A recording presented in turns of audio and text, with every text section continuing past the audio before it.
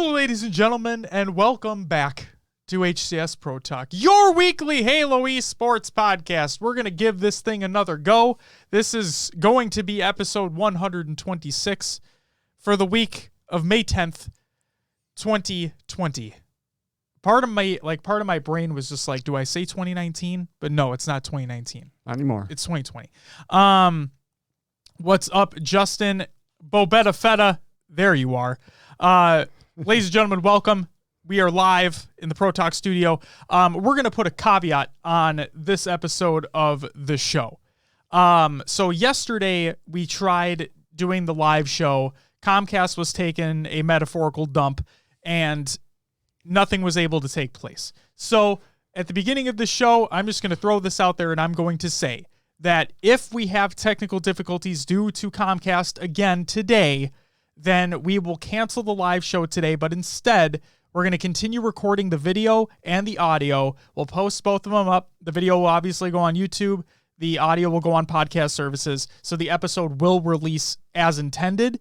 It just might not be live if we have technical issues throughout the show. So we're keeping an eye on it. We have it up in the corner. We're seeing what's going on, if anything goes on. But without further ado, my name is Josh, aka JK Fire, and I am joined this week by, you did dress up a little bit fancier today, Will, aka I am Mr. Mayhem.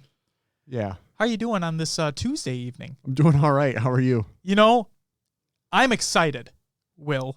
Yeah. Because what would have been a news story that we would have been talking about yesterday is now a release that's happening today. Yeah. As a matter of fact. So I'm excited to talk about that. But that's besides the point. Will, do you want to know what's coming up on this episode? What do we got? What do we got? We've got a brand new league enters the competitive Halo space. The HCS MCC Pro Series has been announced. A variety of Halo competition is happening this week. Tournament recaps everywhere. Will has a lot of names to get through. Everywhere. But that's not only the amount of names you're going to be talking about, Will, because Roster Mania makes its official return today. That it does. Yes. So you have the amount of names that you're going to say, Will, is... Ooh. Have you looked ahead? I kind of wanted to keep it a surprise. Oh, so I'm scared for you. Oh no. No, you're going to do just fine. I believe in you. And then I did my due diligence and I tried to help things out a little bit, you know.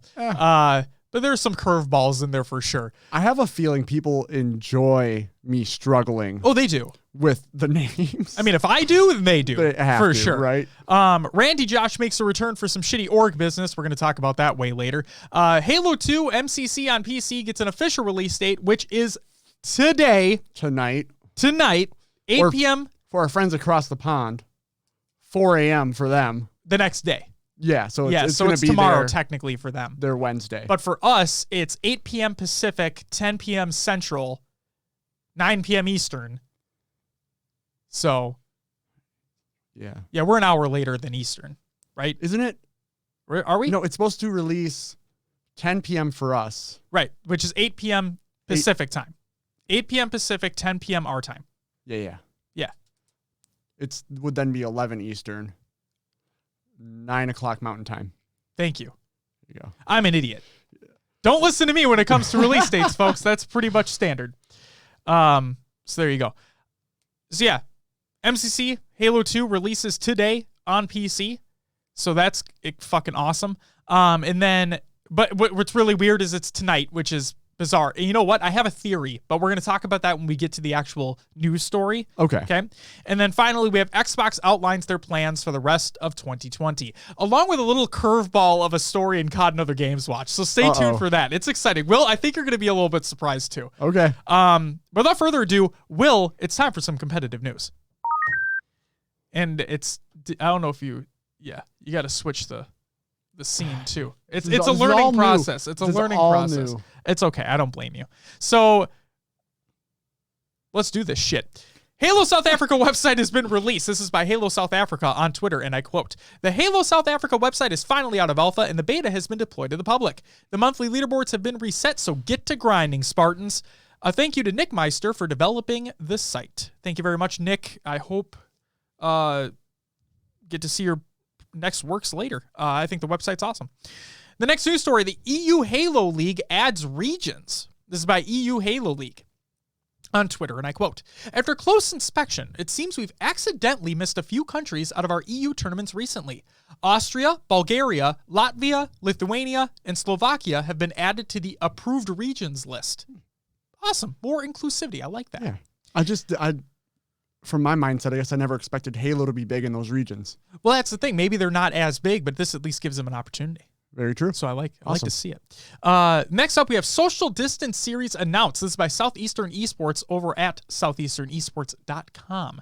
It is an Xbox One and PC series that they got going on all Sundays. Halo Reach 4v4 from 3 to 5 p.m. Central, and Halo CE 4v4 from 6 to 8 p.m. Central. Again, all on Sundays. You can hit up the link in the Google Doc of the show notes of the show, ! show notes in the chat, and you can get more information on that series that's going to be taking place. The next news story, we have a few here from SWAT Nation. They got a couple announcements. So the first up is their first Challenger Series event over at swatnation.net. Again, link will be provided. So we have another 2v2 SWAT tourney, and this one is the first installment of our new Challenger Series. This one is sweet and simple. Sign up your duo and claim the inaugural Challenger Series title. To find out more about this, click at the link they provide. Prize pool is $250. First takes home $125, second with $75, and third with $50, respectively. So when is it? The tourney will take place on Sunday, May 24th at 2 p.m. Eastern Standard Time. Registration deadline is Friday, May 22nd at 8 p.m. Eastern Standard. Bracket will obviously go live right away. Game types will be in the file share of Twitch nap times with a Z. Can't forget that. All SWAT weapons will be featured. The maps include Plaza, Truth, Regret, The Pit, The Rig, Eden, Empire, and Coliseum. The rules for this and all other SWAT Nation tournaments can be found in the rules page. By signing up, you acknowledge you've read and agreed to the rules. Additionally, no Smurf accounts will be allowed for this tournament. And also, anybody that uses a Smurf account in a tournament is a fucking idiot. SWAT Nation's not their words, mine. They're my words. Remember that plagiarism joke we did on the show? I don't remember. Okay, well, never mind. That was a callback to that. Whatever. Doesn't matter. Moving on. All right. Please register with your main accounts. Duh. Thanks. No SWAT Nation tournament winners in the past 3 months are eligible to play in this event. Those players include Rach, Goldstar BR, Miss Audie, iTripnotic, Forsaken Kings, Envor, Talik, Dari, Divine Damsel, Bound, NSG Serial, Smoke You Dig, Sicky, and Fabe Speed. They win too much. Exactly. Bound basically wins them all. Yeah, so this time he can't. He better not fucking go in with a Smurf account, I swear to God. No, I don't think he'd do that. And then, speaking about rules, SWAT Nation also did a full-blown update to their tournament rules format. A link to that article will be included in the Google Doc of the show notes of the show. There's a lot in there. And if you're going to be competing or signing up to compete in a SWAT Nation tournament, please read through those rules. Read through those updates. Because if you don't, and you sign up and you compete, you acknowledge that you read them. You don't want to be a liar. Do you? No. I don't think you want to be a liar. No. And if you do, get the fuck out of here. And then they're also looking for a video creator and editor. So they have a position open. Link is also included. And if you think you have the chops, think what it takes, go ahead and sign up, apply, and hopefully get accepted. Then we have, from our main man, Mark Owns Your Face, but not my face, and noobcombo.com, who we're going to obviously shout out later on in the show, North American Halo League has been announced. This is at noobcombo.com. It's an article that Maddie and the team put up and kind of combines all the information that we have about the league. We're going to share it with you. Here we go. A new online Halo 5 league for the North American region called the North American Halo League has been announced. The league will follow a 4v4 format with matches being played every Friday or Saturday from June 19th through August 8th. Captains will be responsible for drafting their team from the player pool. The league will handpick captains from the list of players registered that have opted in to be considered. Captains will play in a free-for-all to determine the order in which they will pick team names. Captains will be ranked by the league in order of skill and then pick players in that order. Therefore, the lowest ranked captain will pick first. The minimum amount of players per team will be 8, including the captain, or until there are no more players left in the pool. Trades will be available to be made after weeks 2, 4, and 6. And we have the captains who we'll talk about in a very short time here. The league will also have 2 divisions. Division 1 players are ineligible to play in Division 2 matches, but Division 2 players can play in Division 1 matches. The league will follow the HCS handbook and use HCS settings except for the following. The standard Magnum has been upgraded to the extended Magnum. This means we've gone from 12 bullets to 18 bullets in the magazine. Thank you, Will. Starting Magnum ammo has been upgraded to 54 bullets, and the extra extended Magnum ammo has been placed on all maps. Here are a couple big ones. Weapon pads have been removed on all maps. Therefore, timers on weapons are the exact same timers are the exact same as timers for active camo and overshield. Therefore, rocket launchers in 2 minutes, railguns in 2 minutes, grenade launchers in 2 minutes, and sniper rifles in 3 minutes. And the time for the next one starts when that weapon's picked up. And then finally, one map update for Regret HCS. Plasma Caster has been replaced with the Reach grenade launcher, which before everything went to shit, we thought that was a pretty good idea. Yeah. Because with the original Plasma Caster, like, you're able to, like you said, Will, hold down an area indefinitely, basically. And the thing I like about the Reach grenade launcher is that you would just have one grenade. You have to reload it right after that. Where with the Plasma Caster, you can go doof, doof, doof, doof, doof, and it's just, no thank you. Yeah. I think it's a great change. To register for Season 1 of the NAHL, you can join the Discord with the link that they provide. We'll have it in the Google Doc of the show notes of the show. Read the schedule and attendance sections in the hashtag rules channel to make sure the times of the matches are going to work for you. Note, tardiness will not be tolerated, so make sure you read this. Also, I just want to throw this in there. Fun fact, Will. One of my coworkers, perfect statement. Meetings aren't late. People are. Oh. If that doesn't just fucking hit you. Sure. You know? Yeah. Like, oh, then if you're late for a meeting, like, fuck. That meeting was not late. It was me. So don't be tardy is basically what I'm getting at. Fill out the NAHL sign-up form with the link that they provide or by visiting the hashtag sign-up channel of the NAHL Discord. And then for more information for frequent updates, join said Discord. Now for the captains. They are Beastish, Leor, Depths, Lavish Cracker, Yu-Gi-Oh! Tools, Thy Coffee, 1-800-GET-FIVED, and Pinecone Forest. The next news story, MCC Halo 2 releases for PC tonight. Well, tonight. And then, like you said, for EU people, tomorrow. Sorry, guys. So, yes, 8 p.m. Pacific time, 10 p.m. Central is when the game releases. I have a theory as to why. I'm curious to what it is. I don't want to be a downer on the situation, okay? Because I've been a downer in a lot of situations. I'm trying to remain optimistic here, but why the fuck would they release a game really late? You know? Part of me thinks that they're hoping that traffic isn't massive. Sure. I just, yeah. Part of me just thinks that maybe they're trying to temper expectations and be like, hopefully nothing crashes. Hopefully we don't have a huge blow up. You know what I mean? I think people who want to play it are going to stay up. I agree. And that's like Halo Kids prime time is late night Halo. You're not wrong. I feel like you're absolutely not wrong. And I've seen so many people post on Twitter and whatnot that, oh, I'm fucking playing. I know Spartan said he was going to play. Bravo was looking forward to it. I think people will be up playing. Did you see what Puckett put out on Twitter today? I did not. Chat, did you guys see what Puckett put out on Twitter today? And by today, I mean like an hour ago, maybe. Did you guys see what he put out there? I'll give you a hint. He asked Walshy if they want to do a tour to Walsh tonight. Really? Yep. On Halo 2? Yeah. PC? Yep. Interesting. So, for those who don't know, the HCS Pro Talk community here for our community playdate last week, we also did a tour to Walsh.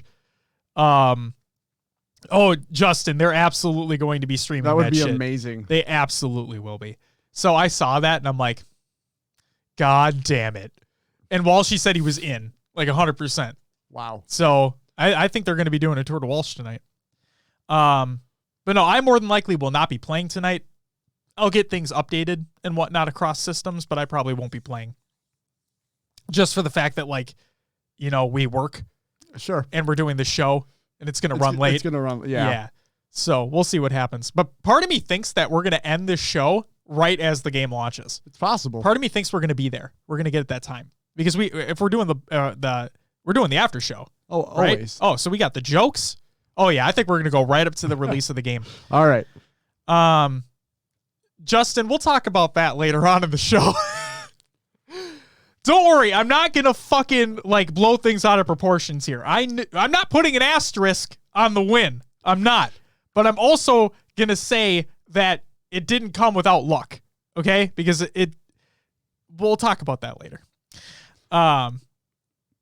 Fuck you, Justin. That's so Halo 2 on MCC PC comes out tonight. Look forward to that. Will, are you ready for this? Yeah. This is the big one. Yeah. Okay. Yeah. So MCC Pro Series has been announced. This is by the HCS.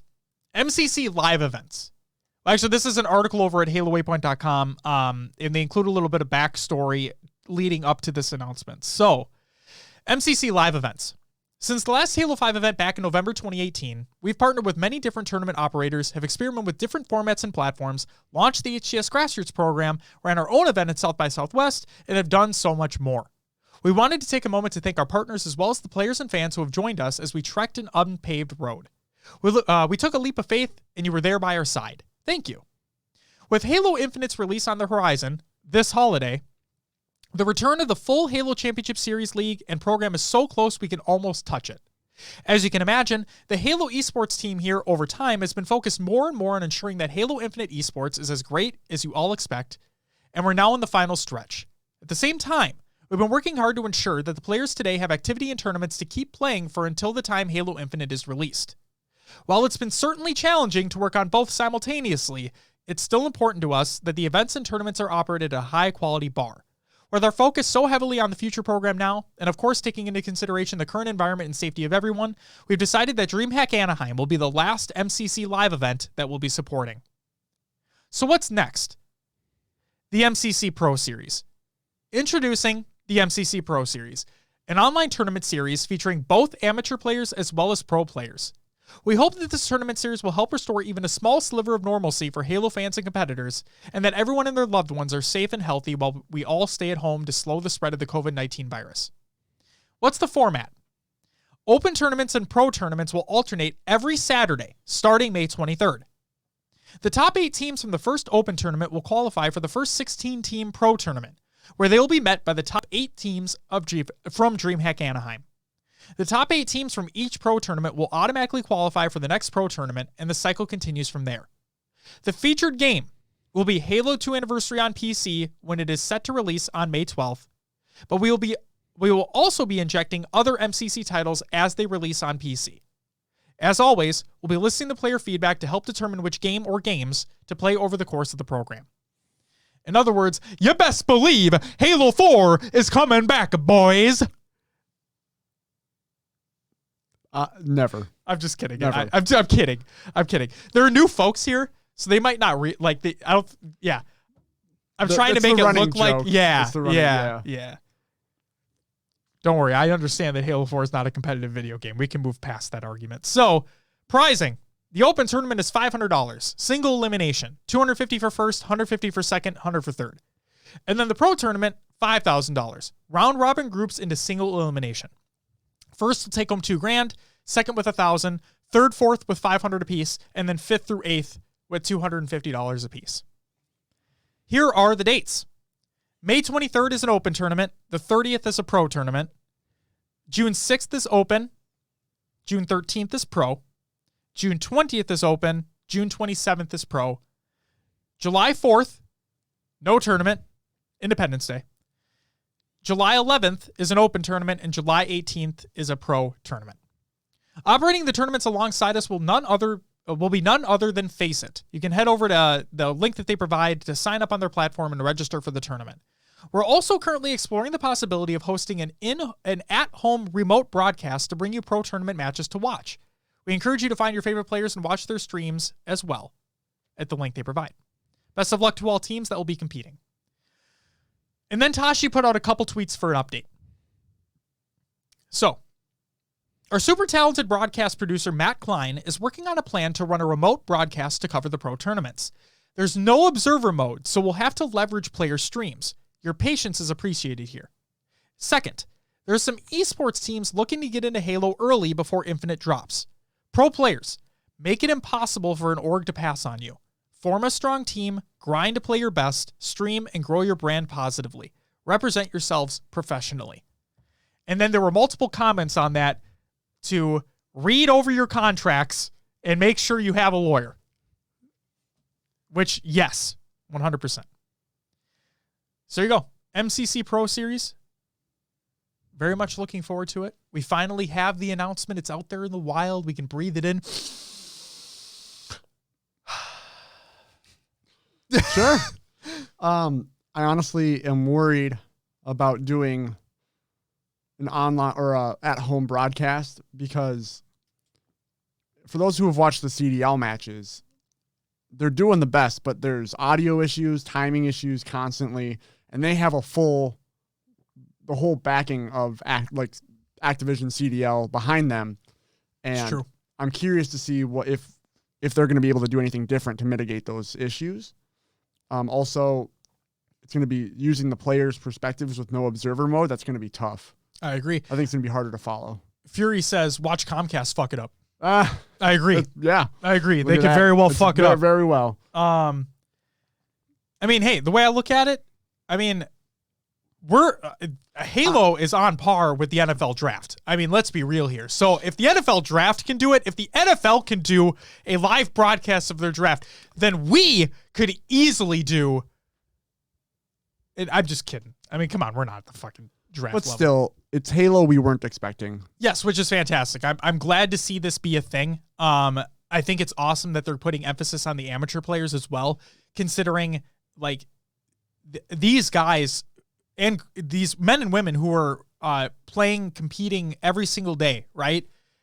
Playing in these community run tournaments that are happening every single week. They're the ones that are the backbone right now of competitive Halo.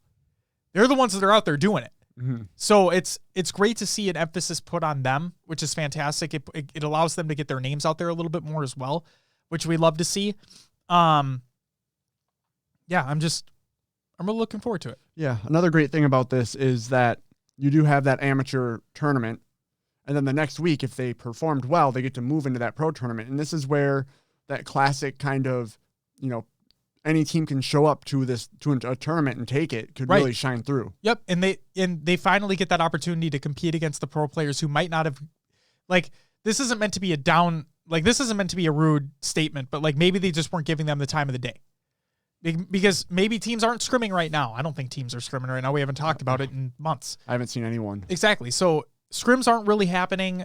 Major tournaments aren't happening at all. So all these other actual full-blown pro players are switching to different games, playing something different completely, just doing some regular matchmaking, going for challenges, like getting champion in every playlist, so on and so forth. Yeah. It's so having these amateur players to get that opportunity to play against the pros in an actual tournament format, I think that's fantastic to see. But Will, that's it for the competitive news. It is time for your upcoming tournaments of the week presented by noobcombo.com. Check out noobcombo.com for your Halo esports wants, needs, desires, love interests, sexual fantasies, and your upcoming tournaments of the week, which Will needs to hit the button for, if I'm not mistaken. Yeah. Overlay. What's up? I told you it's going to be a learning process. I'm just reminding you. I'm not used to this yet. It's okay. So the upcoming tournaments of the week. Wednesday, May 13th, we have the EU Halo League Halo 5 2v2 that is taking place. That's tomorrow. I keep forgetting it's fucking Tuesday. Saturday, May 16th, we have the Hobbs Halo 3 4v4 draft tourney. And then we have, courtesy of Bobetta Feta in the chat, if Bobetta Feta is still in the chat, you better be. Blue Team Tournament's Halo 2 Classic 2v2 is taking place, and there's a prize pool update. So thanks to Terminal Abyss, the prize pot for the Halo 2 Classic 2v2 on Xbox has doubled to $400. Awesome. So you know what? Blue Team Tournaments, they're riding that hype of Halo 2 being released on PC, but they're also mitigating the disaster that could be Halo 2 on PC. Sure, we don't know what we're getting yet. I like it. That's a smart move. That's a smart move. And then we also have Wesenthal's 3v3 Halo 5 Snipers tournament taking place on Saturday, May 16th. And then finally on Sunday, May 17th, we have the GT Halo Quarantine Schoolyard Redux Halo 5 4v4, which we have the rosters for later on. And by later on, I mean right about now. You ready? I'm ready. Roster Mania! Make sure you press the button. Let's press the button here. Change it up. All right. Roster Mania, we finally have some. It's been absent for the last, month maybe? It feels like. I feel like it's been longer than that. It might have been longer, but let's get into it. So, new team announcement. This is by Hoaxer over on Twitter, and he states, without further ado, here is our official roster going into Halo Infinite. Eco, Penguin, Renegade, and Stellar. Team manager and coach will be Hoaxer, and business and general inquiries, please contact them at teamhoaxer@gmail.com. So, there you go. Notice anything special about that team? It's Eco, Stellar, Penguin. I don't know. What is it? It's Splice without Shotzi. Well, yeah. Because Shotzi's in COD. Yeah. But it's the same. It's basically the same fucking roster. So I did notice that. And my whole question now is, can they keep that momentum going? Are they going to be as deadly without that playmaker who's not shocking the world? Now remember, Eco used to be unlegit. And he competed for a while back in the day. So I think he'll be just fine. So he's technically like the veteran of the squad. Sure. Right? And then Renegade has continued to compete in the community tournaments all the time. So he's not going to be rusty, per se. Penguin's been streaming a lot. He's not going to be rusty. The only person that I could see being quote-unquote rusty is Stellar, because I haven't heard a lot from him lately. It's the only thing I can think of. But if they're all firing on all cylinders, holy hot damn is that team scary. And they have Hoaxer, #JustACoach. Yeah. Like, that's awesome. I'm so looking for, oh my God. We finally get rosters back, Will. Woo! I'm fucking stoked, man. And I'm sure these rosters are obviously forming now because of the MCC Pro Series, right? Or what? Yes. Yes. Oh, also, Fury states, what's Mantra's roster? Good question. Just wait till later. I got some words. I'm scared. Next up, we have Trippy's team. This is by Trippy over on Twitter. And he says, announcement, myself, I Got Your Pistola, Neptune, and Bound will be looking to compete in the upcoming H2A Halo Infinite tournaments, open to all offers. Yes, you read that correctly. Bound is planning to play at LAN events. Contact his email provided in the tweet. Link will be provided in the Google Doc at the show notes of the show. What is with these fucking... Okay, Trippy, I'm going to give you a lot of shit for a second here, okay? I'm really sorry, but I'm not at the same time. Who the fuck still has a Hotmail email account? Joey does. Joey needs to up his fucking game. I'm going to go to his house. Trippy's name is also Joey Taylor, so... Is it all Joeys in the world that have fucking Hotmail accounts? Justin still has a Hotmail account. You know, you start with it, you stick with it. I still have my Yahoo account. I use that. That's my primary account. Fuck. It's just what I started with, man. Marlon, Hotmail's lit. Yeah. Marmar's no, Hotmail's hot. Lit. I know. Fire. That's why I said hot. I know, but... I know why he said lit, Will. Lit was so much better than hot. I'm sorry. Next up, we have GT Halo, HCS Grassroots, Quarantine 4v4, Schoolyard Redux, however you want to say it, rosters.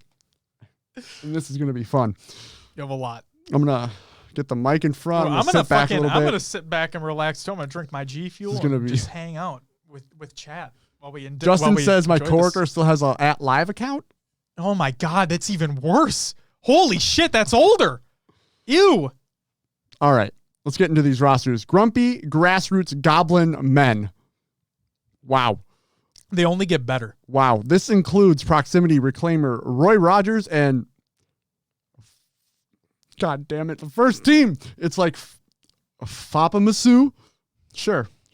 Fapamus? What? Oh, FOPECMSU. Like I said, for some I tried to help, but others I'm like, dude, if I can't even get this, good luck. Next one is Unlimited Carry. This includes Vetra, Monstery, Super Juby, and the Kerfluffer. The kerfuffler. Kerfuffler. Oh, yeah, oh all boy. caps. All caps. This man goes hard. All right. The kerfuffler, dude. Next up, we have Goated on Danger. This is Meblos, Danger FPS, DJ Dubstep, and IDK Nazi. Next up, we have Zero Dapper Dans. This is Simply Fear Me, Costa Clan, Big Texas, and Pixel Pete. I just love that name, Dapper Dans. It just sounds cool. It sounds like the fucking SpongeBob. I'm Dirty Dan. Nah, I'm Dirty Dan. Nah, I'm Dapper Dan. Sorry. You're good. You're good. Thanks. Vortex Ambition is the next team here. This is Hayes, Chamaco, Pablo, Akula, Halo God, and Consens. Sure. It's your interpretation of what the word is. I don't fucking know how they want to pronounce it. Next team, Infinite Venom, includes I'm a Tooth, Just Venom, Halo, Ancient, and Infinite. SMH, not my head, which I'm surprised. Yeah, SMH, my MH or whatever. Yeah. It's SMH Immature Allies is Halogen, Tyrant, Rock 198, and VPS Killer. Next team is PHNX Bruh. It's Young Guns, Dallas Snipes, Legend, and Patriot. Kings of Cario Station, King Slabith, Devil Dog, Citizen, and Sheeny Plays. Next team is Raging Boys Jump Out. It's Shabby Dagger Kimbo, That White Dude, and Pistola Lad. Not the normal Pistola. Correct. Next team, Floppy Boys Love 1G. Floppy, Barbie Boy, Kenny, and Fat Bass Kinblor. Yep. That's what I'm going with. Perfect. MGE Chief's Nightmare is Sylvanic, Monstez, Big Gamer, and Thornhammer. Saint Vanity's lecture includes Asun, Skill, Saki. Sure. I'm going to go with. Works for me. Reject and Reject. Next team is Penguin's Temple. This is Penguin, Rain, Ghost Ninja, and O Triggs. Next team, Sweaty Anchors, Nightmare, Psychedelic, Caborn, and Lost Dream. You're in Trouble AGS includes Boomy, YouTube Spectre, Joska, and Fury. Will and Mac Legs include Shooter, Spectre, Unlaggy, and Feared Convict. Let's Ham on the B. God damn it. It's No Pro Angle, Juan, Abs the Boss, and Shades. Next team, United NTT. Silencer, Tempology, Ghost, and Adan. Whew. All right. How many teams are there? I told you there's a fucking lot. That's why I asked if you looked ahead or not. Next one is Mother of 343 Guilty Sparkles. It's Yu-Gi-Oh! Tools, Brooks, Carnig, and Unspoken Soldier. I just like that. 343 Guilty Sparkles. Sparkles. It's good shit. Retired Blizzmania. Blizzama. What is Blizzanima? Blizzanima? Yeah. Blizzanima. That makes sense. I see. We got there. I should have maybe I read didn't a even little more. notice it either. Well, I typed it out and I didn't even notice it. Blizzanima, Rizker, and Overdrawn. Next team, Lightenscap, Monstica is Sitka, Reflex, Hilo Skrill, and question mark. So the question mark is they didn't have a fourth player listed. So I don't know what the fuck's going on there, but all right. Yep. Maybe someone dropped and they're looking for a fourth. Maybe. All right. Next up, V&D Birds, Condor, Hypnox, Boxcar, and Blast Bull. DC Covenant includes Noxed, The Druggernaut, Limits, and Justice. Two Sick Violence include Suron, Titan, Luigi on H5, and Mario on H5. Next team, 6 Feet of Quiet and Loud, Anthony, Lady, Echidna, Anthropex, and Niwat. Next team, Sauce Titan, Butter Sauce, Alkney, Helios, and Tony. Oh my God, It's I Montana. finally got it. Tony Montana. Holy shit, I typed it out, didn't even know. He did the LVL. Yeah, but it looks like an But M. it looks like an M. Yeah. Tony Montana. Tony Montana. Next up, Passion Pandas, Fireboy, Vader, Slender Prime, and Two-Face Prime. King Jumpman includes Venzi, Pyretic Wells, and Ebony Ibex. Stiff CEFX includes Hawks, or Hazak, sorry. Okay, I don't know what you're apologizing for. Energy Crusher and Megazyme. I feel bad when I say people's names wrong. So I mean, just think about how many times we've both said people's names wrong in the over 2 years that we've done this fucking show. You know, it is what it is. It is. It is what it is. Stream likes generic brand sushi includes Tristex, deleted sushi, and generic. And then Pride doubles to round it off. I'm at the bottom of the list, Josh. You are, but you also have more names to talk about right after. So, sorry. I mean, what? Pride doubles includes Kerhys Von Day. I'm gonna go with Chris Von Day. Sure. Spilly, Blindrapa, and Psy Defect. Yeah. Oh, I didn't even notice that either. That's what. Yeah. That's it. That's all I got for Roster Mania. Awesome. Thank God. Also, like Justin said, nah, fuck them for having dumb gamer tags. I know you said frig, Justin, but come on. We're on this show. We say fuck. Yeah, they are just made up words. They are. They really are. Like, I don't understand. We talked about it week in, week out. Where the fuck do people come up with these names? Do they just, like, pick the first one that Xbox gives them? Like, oh, I fucking just add numbers and letters to that. Boop, boop, boop, done. Do you remember what, like, your first suggested Xbox name was? I don't. Mine was Resented Tech 829. Why didn't you keep that? I don't know. Resented Tech? Yeah, like, that's, like screw you, Xbox. Because it's resented. I don't know. Oh, my God. I don't know why I remember that, too. The numbers as well. Kind of crazy. All right. Can't believe you remembered that. That does it. It's the first thing that it... Jesus Christ. Goalie Sniper says my first gamer tag was... I cannot read it because it's too far away. OMG. Hold on. Oh, it's OMG, I own your ass.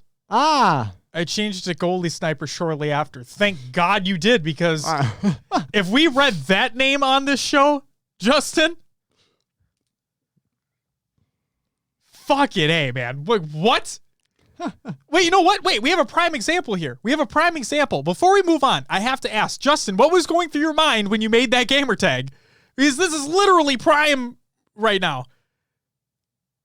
Cost you 800 Microsoft points back in the day? Oh, I know. I did the same thing. I was one of those people that did the fucking clan tag in the front of my gamer tag when I played Modern Warfare 2. I wasn't good. Let's set it straight here. I wasn't good, but we did that.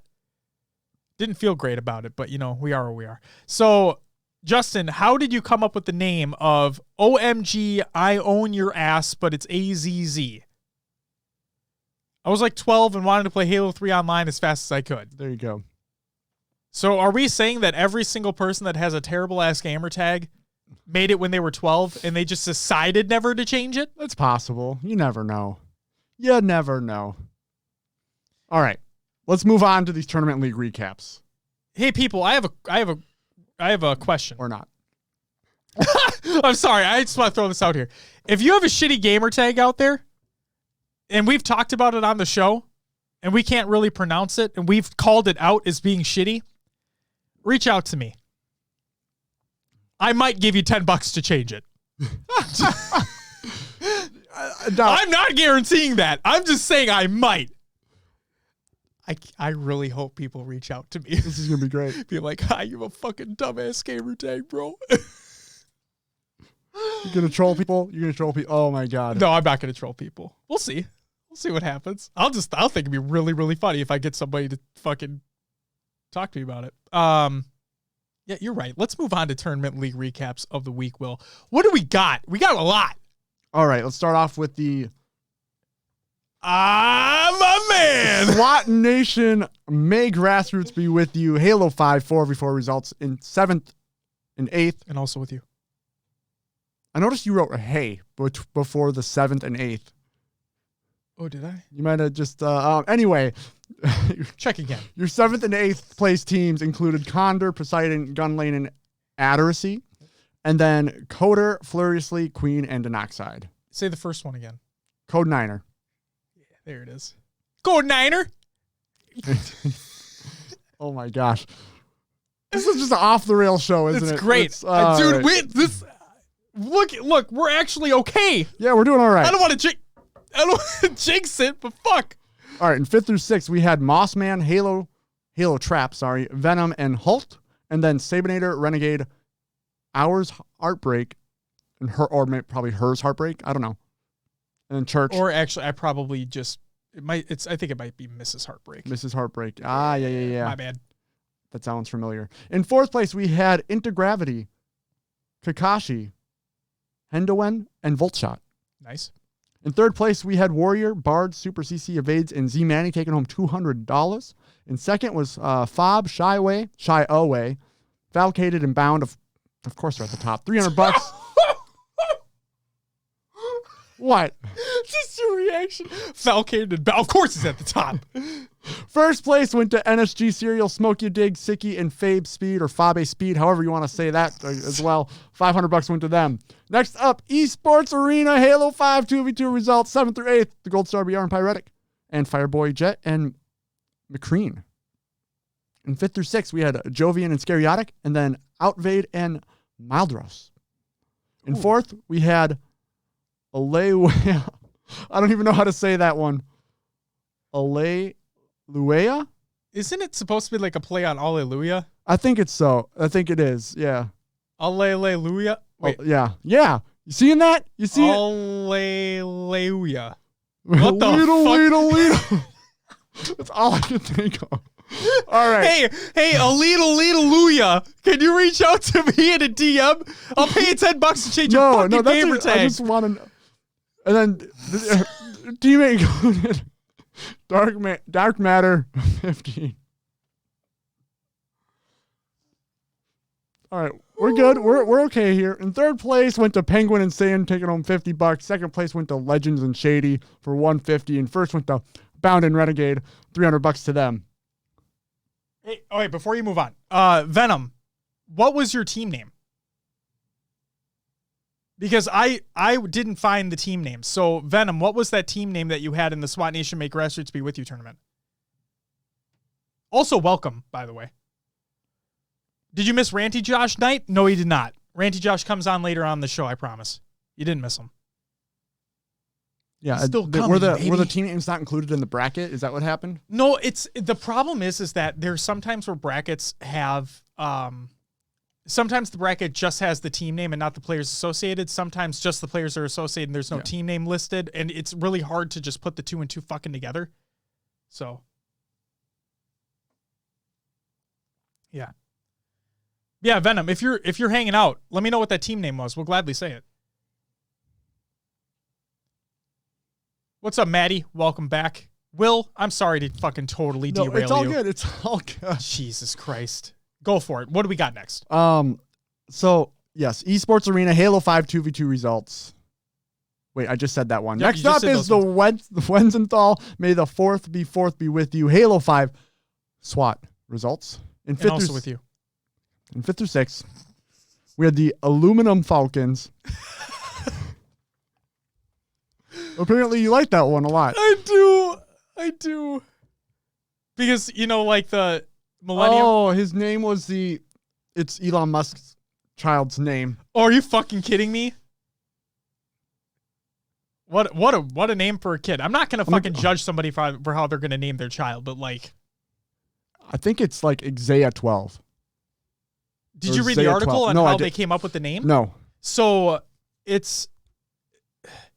there was meaning behind the symbols, and then like there's the model of the plane or the ship or whatever that they really like or something like that. Maddie says, I will. Dude's weird as hell. Justin, no judge him. It's dumb. We have an alphabet for a reason. Yeah. The plane is the model before the SR-71. Okay, there you go. Yeah, so it's before the Spartan Rank 71. You know what? The funniest part is that's how I fucking thought about that. I'm like, you guys are fucking morons, but whatever. Jesus. All right. May the 4v4th be. Yeah, can I go? Yeah, I'm sorry. Back to the Aluminum Falcons. It's a great name. It's included Forsaken Kings, Hairless Yeti, Prom Queef, and... God. He just keeps losing over here. Apparently, Josh cannot hold it together. That might be one of the greatest. Hey, Brad. I don't.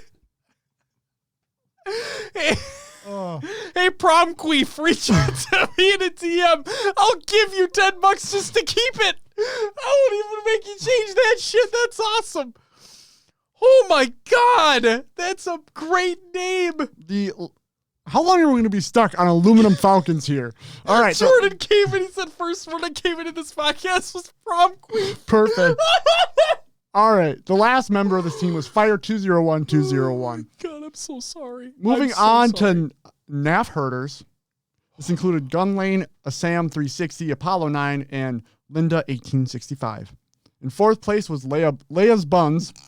Another great name.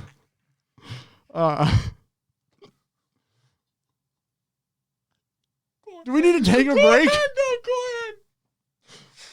All right. Arcola 1, Arcola 2. I don't even... Puterocrams? Puterocrams? I don't even know. And then Pappy Van Whiskey. All right. In third place was Chunky Ewoks.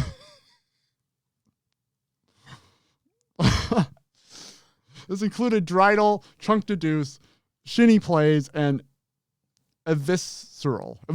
Hey, I put that one together. Nice. And second was It's a Trap. This included Reed Harvin 007, Pink, Anthony, and I Spar. And then in first place was Sith Bears, was Lucky Tegan, Drip Drip Double, Nap Times, and Meth Bear. I was really hoping there would be like a Sith Jar Jar or something like that. No, I'm glad there's not. I'm glad that we just skirt right fucking past that. All right. European Halo League, Halo 5 2v2 results. In 5th through 8th, we had team, is it Vita? I'm going to go with Vita. This was Unditanza and Crossman. Team Raw was 2 Foxy and Revanquish. Who was on that team, Will? 2 Foxy. There it is. When was the last time you were able to say that? That's been a while. Yes. Got to bring it back. Next team, You're in Trouble, or EU. You're in trouble. Yeah. Boomy, EU, and OU. I guess OU is just simple. I wonder how often OU is taken for like a gamer tag. Just OU. Next team was Onicles, the Xmas, Azamat, and Quinzucca. 3rd through 4th, we had Team Krogan, which was Chronozer and Legend, and then Demonica, which was EU Jesus and Scarcity. Second place was Don't Play H5. It was Sunners and Cruz taking home €10. And in first place was Vasey, Precisionite, and Mista, €20 to them. Next up, we have the Halo Australia Pro League Week 2, Halo 3, MCC, 4v4 results. How many letters and numbers are we going to throw in all these? I literally can't get prom queef out of my fucking head. I actually started crying. I was laughing so hard. That one was good. In 7th through 8th, we had Not Enough Melanin, OSP Jim, Z Godzi, Rambo, and Grand Last Shadow. Team Onslaught included Weighty, Northflex, Carnage, and Sissy. In 5th through 6th, we had In Reverse, which was Suki Boy, Haza, Flamingo, and Hyperno. And then Team Lunchtime included Lunchy, Toddles, Eclipse, and Transition. In 4th place, we had A1. This included Berserk, Barcode, Nemesis, and Slays. 3rd place went to Infamous, Jaden, Roosters, Pratties, and Fram. Took home $100. 2nd place went to Elita. This was Hef, Loberg, Benno, and MF Jr. $300 to them. And then first place went to Columbian Rush, Aleo, Brattles, Weasel, and Piprins. $400 going to them. We have so many tournaments. Oh my God, we have so many more. Next up, European Halo League, Halo 5 1v1 results. Starting to stumble over my words here. 7th through 8th, we had EU Jesus and Kronzer. 5th through 6th, Warlord and Spenny. 4th was Shady. 3rd was Monstery. 2nd was Cleese, €5. And 1st was Legend, €15 to them. Next up, the Bamaland Halo 5 Money 8's tourney. Number 2 result, 7th through 8th, we had Will Mannion, Holic, Psychedelic, and Madam Carnage. And then Barbie Boy, Super CC, Noxed, and Bronze Billy Goat. 5th through 6th, we had a team that included Sushi, Swish, Awful Jake, and Generic. And then a team that was Tim is VIP, Denoxide, Sitteretti, and Blue House. Fourth place went to Depth, Shabby Dagger, Sev, and the Druggernaut. Third place went to NSG Cereal, Eurasian, Hedgehog, and Volt Shot. Second place was Pro Shot, Gold Star BR, Bacon Blade, and Ooks LX. $144 went to them. First place went to Laser Me, Tort, Tolic, Whiskers Purrs, and then Tracicle. $340 to them. So the reason why the prize distribution looked a little bit odd there is because the entry fees went towards the prize pool as well. Oh, gotcha. So, yep, that's why the amounts were a little bit different there. Next one. The Random Mayhem.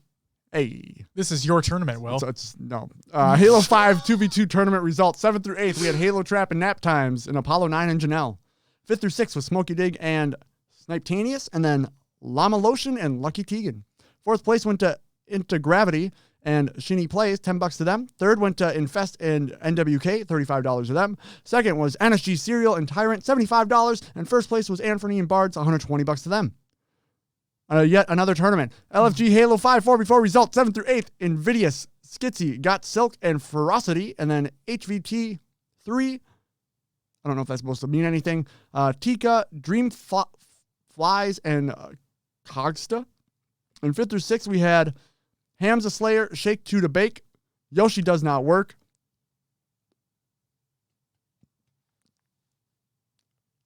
Tarkinig.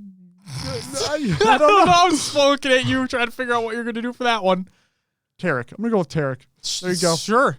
And then the other team was Gunplexion, Suppressed, Diagram, and Avenue. In 4th place, we had Glitchy, P Money, Just Venom, and Chilled You. Again, did not have team names, Venom, if you're still here. Sorry about that. 3rd place went to Hypernox, Whisker Purrs, J Gravity, and Condor. 2nd place, the Legend, Shady, SLG, and Batch for $100 to them. And in 1st place, we had Septify, Renegade, Tolic, and Mr. Soul Snipe. $200 going to them. And last but not least, as my voice goes out, Europa Halo Double Series playoff results. In 5th through 8th, we had Tommy the Krogan and Warlord, Icon and Elite Vortex, AG Spawn, Theru, Squashy and Looney. And then 3rd through 4th, we had Precisionite and Mista, Speed and Kimbo. 2nd place went to Batchford and Silka. 1st place went to Shady and Legends. And that's all I got. Just a small amount of tournament recaps. There's only a couple in there. Yeah, just a few. Yeah. Just a few. So there was kind of a big thing here is that they had to, I believe they had to replay a game in that Europa Halo Double Series playoffs in the grand finals due to, I forget if it was just the wrong. Maddie, do you remember why they had to redo it? Was it wrong, like game mode or map? No, it was a map issue. I'm pretty sure it was a map issue. 2 versions of the rules were out with different maps. Got it. Yo, what's up, Voodoo Man? How's it going? There we go. Voodoo, I'm sorry. Have you been here? Because we got past all the rosters, my dude. Holy fuck. That was a lot. It was a lot. Loving the Instinct shirt. Thanks, man. What can I say? You know, Halo 2 releases on MCC PC tonight. Thought I'd rep the old school MLG shirt today. Why not? Yeah. Sometimes you just got it. You got to rep it. You heard, sorry it took us 2 hours ourselves last night. Nah, don't worry about it, man. We appreciate you. Thank you for everything that you do. Seriously. And thank you, Maddie, for the clarification. I greatly appreciate it.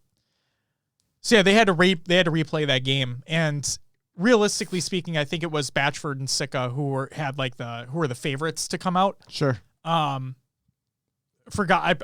I'm pretty sure Batchford, that team, had yet to lose a series, like going into the playoffs. But yeah, it was Shady and Legends who were able to take it in the end, and Batchford wasn't happy about it. I had a feeling. Halo 2 on PC is going to be a fun couple of weeks, Marlon. Oh man, I'm anxious. I'm worried. I'm anxious. I'm excited. I'm a lot of emotions when it comes to anything Halo related releasing. Not just because of the bad ones that we had with the original MCC release or anything like that. It's just because it can be a really, really exciting time. It can also be, maybe there are going to be issues, maybe things will drop off. It's so on and so forth. It's just, it's weird. It's a weird time. All right. Shall we move on? Before we go into the next topic. Oh, Jesus. I just realized what it is. What do you got? What's up? So before we were starting the show, and we were setting everything up, you told me that the topic came before the news. Did I? You did. And that's the way it's in the show. But your button setup has us going to news next. Oh, shit. So we'll skip it for the week. Do you want me to go to the regular news and then the topic? Nah, let's go to the topic. We'll get your Ranty Josh out and then go into the news. All right. Boom. Well, before we start this bullshit, it's time for the Reflection Corner. It's back, ladies and gentlemen. Be scared. Be scared. Be afraid. Be very afraid. So this is where Ranty Josh comes in. So let's talk about Mantra, shall we? So I got all right. I was told by this individual that I can use this information if I want to. Okay. I don't have to. But I don't know where you're going. This is your segment you set up. So I kind of forgot that he gave this all to me, and I didn't even tell you. I'm sorry, Will. But an individual sent me a bunch of information regarding the owner of Mantra. And he said I could share it if I want to. He said he has no problem with it. I'm not going to say who it is because I don't want to do that to him. But I'll look through it. And if I feel like bringing this shit up, then we'll see. Okay, let's talk about Mantra, shall we? So, we've talked about Mantra multiple times on this show. When that squad won their tournament and Spartan won his first major event. Yeah. It was a big deal. They released that they did some giveaways on Twitter. May or may not have been rigged from the start. It seemed like they were rigged from the start. Let's be real here. And then they also announced that they were going to do a hoodie sale where you had the choice between 4 colors. Yep. Yeah. And they would be signed. If you bought one, it would be signed by all the members of the team that won, and then it would be shipped to you. And they were selling for $125. And yes, that is expensive as hell, but I did take that dive and I bought one. I got an email. I'm just going to give a backstory here before we get into the shitstorm. Okay. So the hype was real at the time. It seemed like they really cared about the people involved. Spartan had just won his first major event. Everything seemed like it was on the up and up. They were making all these announcements and bringing old people back within the scene, which is awesome to see because a lot of these new people don't know who they are. It's nice to have kind of that veteran look to them. Sure. It was cool. So all this happens. They announced this sweatshirt, $125. You're supposed to get it signed by all the members, and then it gets shipped to you. So I got an email from the owner. How do I know that?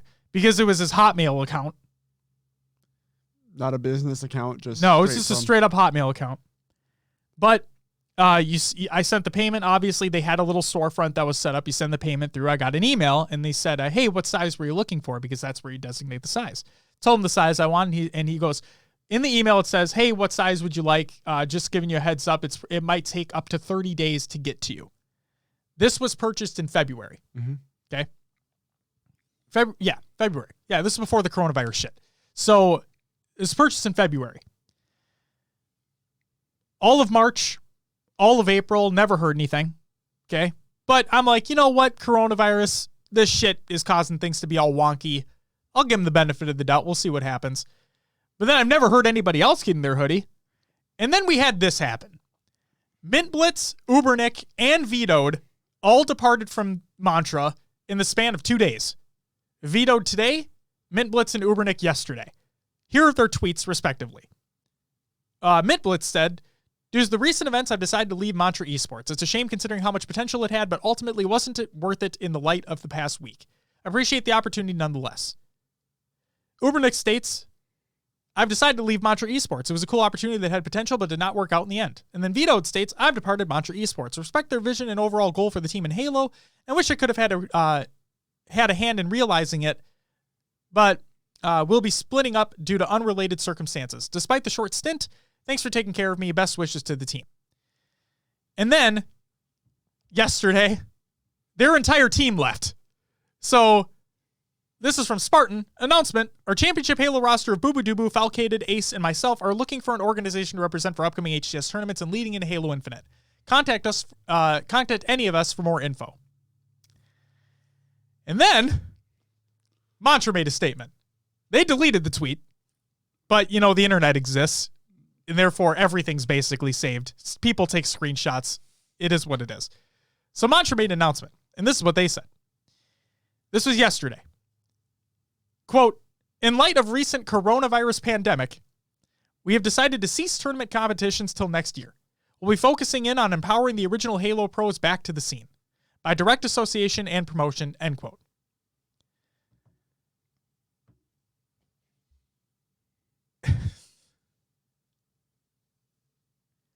It didn't stop there.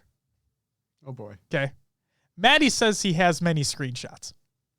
If I'm to be thinking of what I'm thinking, I believe they're the same screenshots that were sent maybe by Mint yesterday of the DMs about how the Mantra owner wanted him to block communications with somebody on Twitter and he'd pay him for it because the dude's a little bitch.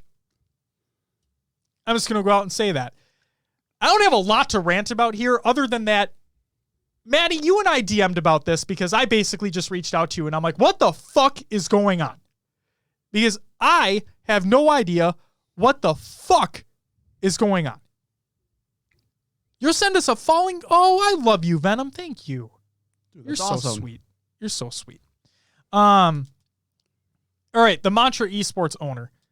So, based off of the information that I received from the individual who I will not name, I got, apparently the owner created a website in 2007, which he took offline. Apparently he, let's see here.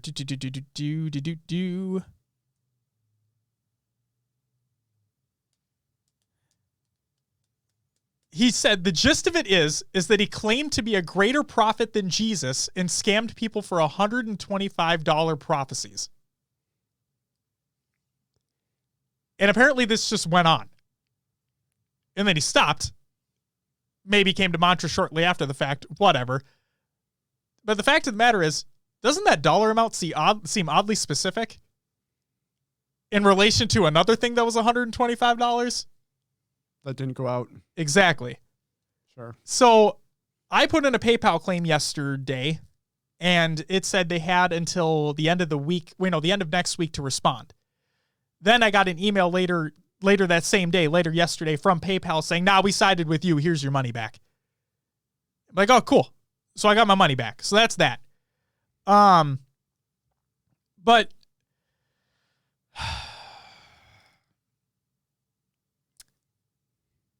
this dude, I don't know who this guy is. Okay? I have no fucking idea who this moronic piece of shit is. I just don't. But we've dealt with this before, Will. We've dealt with similar type circumstances before with two major things. Yeah.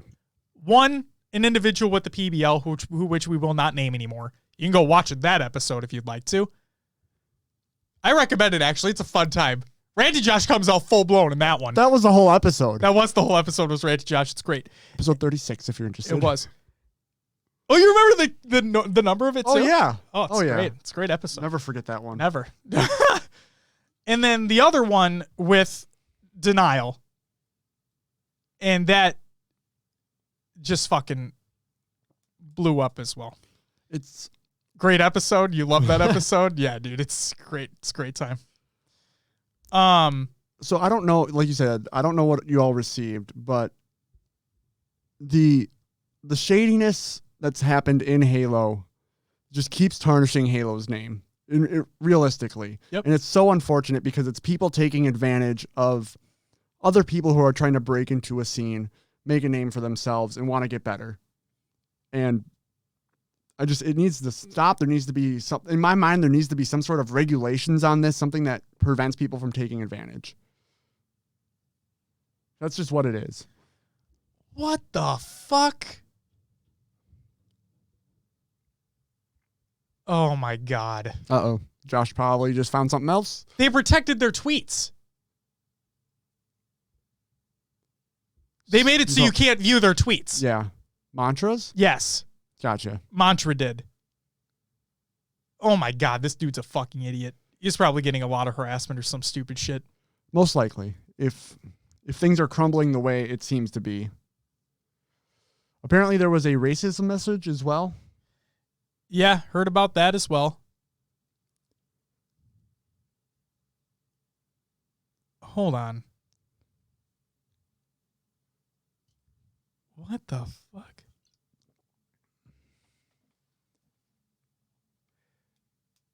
Oh my God, this dude literally was a false fucking... He thought he was a prophet. Is there more to that? There are 2 reviews of like his services or his supposed services. One of these reviews was back in 2010. I want to make a complaint about Prophet Stephen Choate. It's StephenChoate. That is the dude's name. Legitimate name. Well known in the US regarding my email prophecy reading the amount of $65 USD. I already paid using the PayPal, but haven't received my reading yet almost 8 days. He never keeps his word. I never receive any email. It's unfortunate. I don't think you're ever going to get that email, my friend. I'm sorry. Just like I'm never going to get that hoodie. Just putting that out there. You should have put a claim in 2010.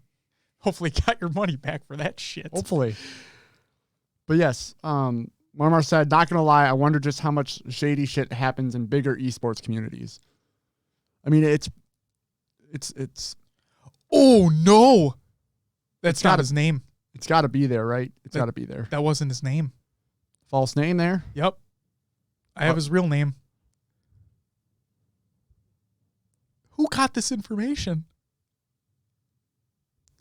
Josh going a little deep on it right now. I'm not going to disclose this. This is very, very bad. I'm not going to disclose this information, but I have his real name, his birth date, his address, and his phone number. Jesus.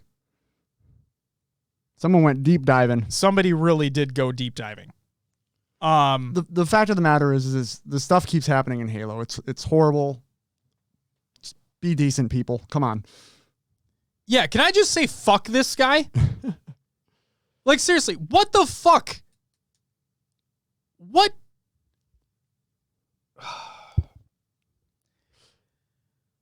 Guys.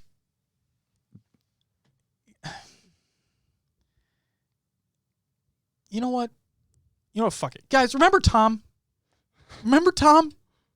I remember Tom. We don't like Tom. Tom threatened me. Legitimately. Yeah. Will saw the DMs. Oh, yeah. I mean, I think I disclosed them on the show.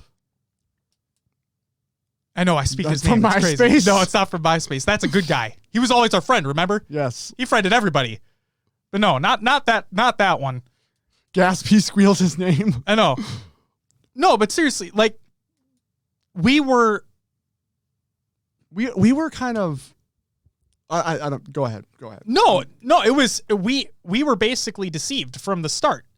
It was everything seemed like it was on the up and up, and then things came out. People were getting blocked, and we're like, "What the fuck's going on?" We called them out on it, and then the shitstorm opened. Right? We got invited to a group message, and then everything came out.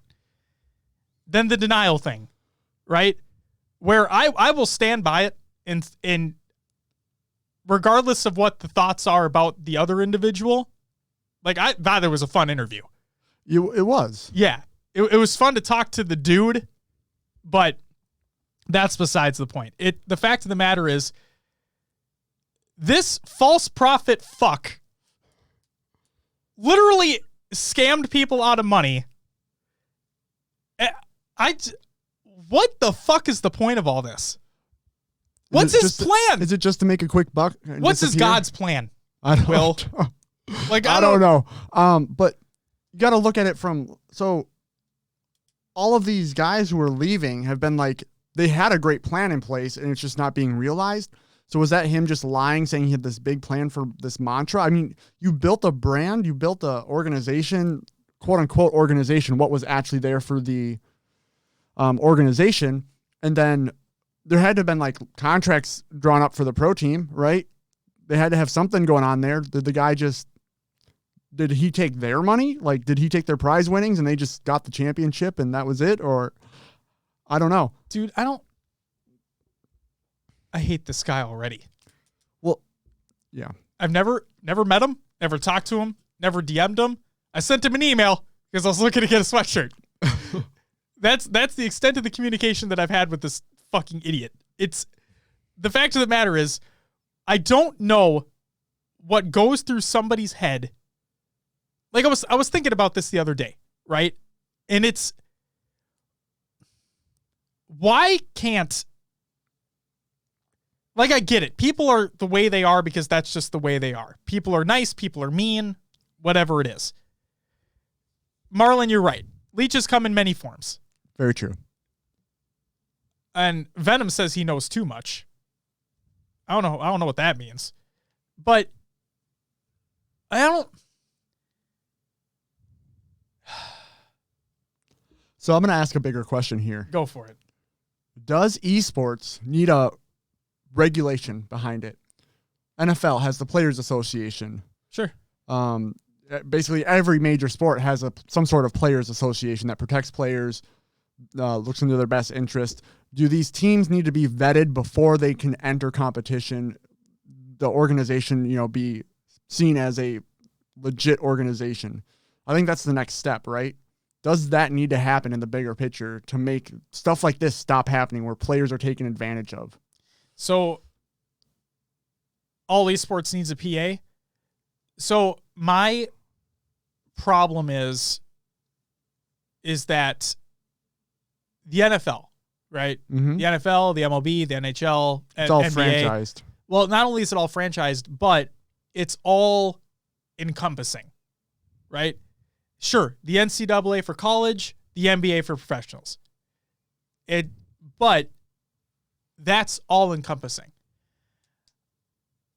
Is there a possibility to have an all-encompassing esports organization that looks over all esports players? League, right. Dota, Call of Duty, CS, Valorant when it releases, sure, everything. Sure. Right? It's hard. It's hard for me. That's my thought. That's my pain point in the thought process is that I don't know how that would work. And there you go. Knight said each needs their own, sadly. And that's for me really hard. Yep. And the other side of it too is it's these open events, right? It's anybody can sign up and come in. Right. So that's going to be really hard to regulate. And when you get these brands or sponsors that are technically saying, hey, yeah, we're going to back you, or Team Mantra, whatever it may be, that's where some shady stuff can come in because there is no regulations. Right. So Venom says, do you know how Mantra started? No, I do not know exactly how Mantra started. And then also Stinger HCS, welcome. Welcome to the show. Yes. I saw him earlier, but you were in the middle. Yes. And yes, like everybody's saying, there's so many levels, so it'd be very difficult to do that. And the other problem that I see is if there isn't an overarching body of government over it, right? Then what about the smaller esports? Because look at Halo right now, sure, right? It's a smaller esport, all things considered. And it's tough because I would love, and I think there needs to be, I do think there needs to be an overarching umbrella to protect the players. I do. Mm-hmm. Because for all intents and purposes, not everybody can afford a lawyer, right? What about terms of NFL or even most sports have agents? Players have agents that will look over contracts. They're technically kind of like their lawyer. Yep. And then, if you sign with a team, they get a bonus, whatever it may be, part of the money. Usually that's how it works. Right. So does there need to be, that's another avenue they could, is there some sort of agency that can form to represent players. I could see that because there already are like talent agencies, right? Yeah. Because like Onset, Gaskin, all these guys are part of Golden Boy. All these guys are part of a talent agency that then they'll get them jobs for like the casting. Or exactly. So I'm just, something could work. I would love to basically answer the question that you had. Yes, I think there should be something in place.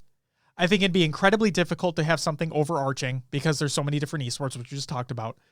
But I would love for it to be that, because regardless of what esport it is, you should have equal representation, right? You should be able to have access to resources that others have access to. And the other thing too is if you look at it, so the NBA, right? And the 2K league that goes on. You have actual NBA franchises that are buying into the esport. Oh, yeah. Which means they have their own teams, their own esports players competing in these 2K events. Therefore, I wonder if they have representation because they're technically under the NBA. Yeah. And you gotta look too. Not a lot of people know this, but a lot of people heard Gary Vee was an owner of the Minnesota Rocker. Yeah. What a lot of people don't know is that he's co-owner with the Wilfs, who own the Minnesota Vikings. Exactly. So there has to be some sort of protection there when they're coming in. Now we're talking franchise leagues. Right. In which case, I wonder if they, since they are a franchise league, have something in place. Right. The CDL has to vet what teams come in. Right. Exactly. So we're talking. It's so hard. It's going to be very difficult, especially when you have open brackets. There was a really long discussion that took place in our Discord. This isn't meant to be like a shout out to anything to it, but in all seriousness, join it if you'd like to. It's ! Discord and chat. But the conversation that took place was, how is this handled? Right? Mm-hmm. With mantras specifically, with the denials and mantras of the world, is there a way that these orgs can be like scrubbed out and be like, nah, fuck you, you're not able to compete in any more tournaments whatsoever? Is this something that does 343 and Microsoft need to be involved when it comes to Halo specifically? Is it all on the players to determine, hey, this is a shitty contract, or, oh, this is too good to be true, should I be signing this? Is it all on them? Should 343 intervene? Like what? It's hard. It's really, really hard because it's part of me is like, yes, the players should be held more responsible because they are the ones that are signing the contract. But then again, like I said, not everybody is able to afford a lawyer to look over a contract. Not everybody has the access to those resources, so on and so forth. Now, I don't know the going rate for somebody to look over a contract. I don't. But that's not to say that somebody can't afford it. And like I said, it's difficult. Let's see here. Stinger says Team Allegiance was kind of dumb with the owner not investing his own money into the team, from what I've heard. Okay. I mean, if you can get investors for your business, so that's kind of normal business practices, isn't it? If you're coming to someone with an idea, they invest, you then act on the... Yeah, but normally you'd want to put your own money in it too, Right. because you'd want to see the fruits of that labor. Right. Yeah, you wouldn't want someone else to own 100% of your company. Makes sense. Sure. But no, it's hard. That could be a bigger discussion for another time. But all I'm going to say is, so I know I didn't get super ranty here, but I'm basically burnt out, to be completely honest with you. I was thinking about it, about how I can amp myself up for this, but realistically, I'm just pissed. I'm irritated and I'm pissed off because we've dealt with this. We devoted a full fucking episode to the disaster that was that other league. Okay? I can't fucking believe that even after the denial shit that happened, we have this dumbass who comes in the fucking area and he's like, I'm going to bring back all the old Halo guys that everybody knows and loves or doesn't know, and who cares? Fuck it. Right? Fucking throws us all for a windmill, and then decides that, oh no, he's just a really shitty person. Awesome. We don't need any more of that. Go fucking sell your dumb prophecy bullshit. Actually, fuck that. I hope you get arrested and go to fucking jail, you idiot. Like, isn't there something against false business practices, right? Yeah. There's got to be penalties and Yep. something, you know? Well, let's just say this. If I didn't get my money back from not getting that sweatshirt, I could have sued him. Right. I mean, like, I paid for services I never received. I could legitimately sue him. But I got my money back, so we don't need to go down that fucking road. But the fact of the matter is, the owner of Mantra is a scam artist, a fucking douchebag, and I hope gets arrested and gets sent to jail. I'm just going to throw that out there. Fuck that guy. Oh my God. I'm just fucking burned out, man. Why does this need to keep happening? Why? Because there's just shitty people out there. People are always going to look for a way for the shortcut, the easier road, something to take advantage of other people who aren't as knowledgeable in the situation. It's been happening since forever. Oh my God.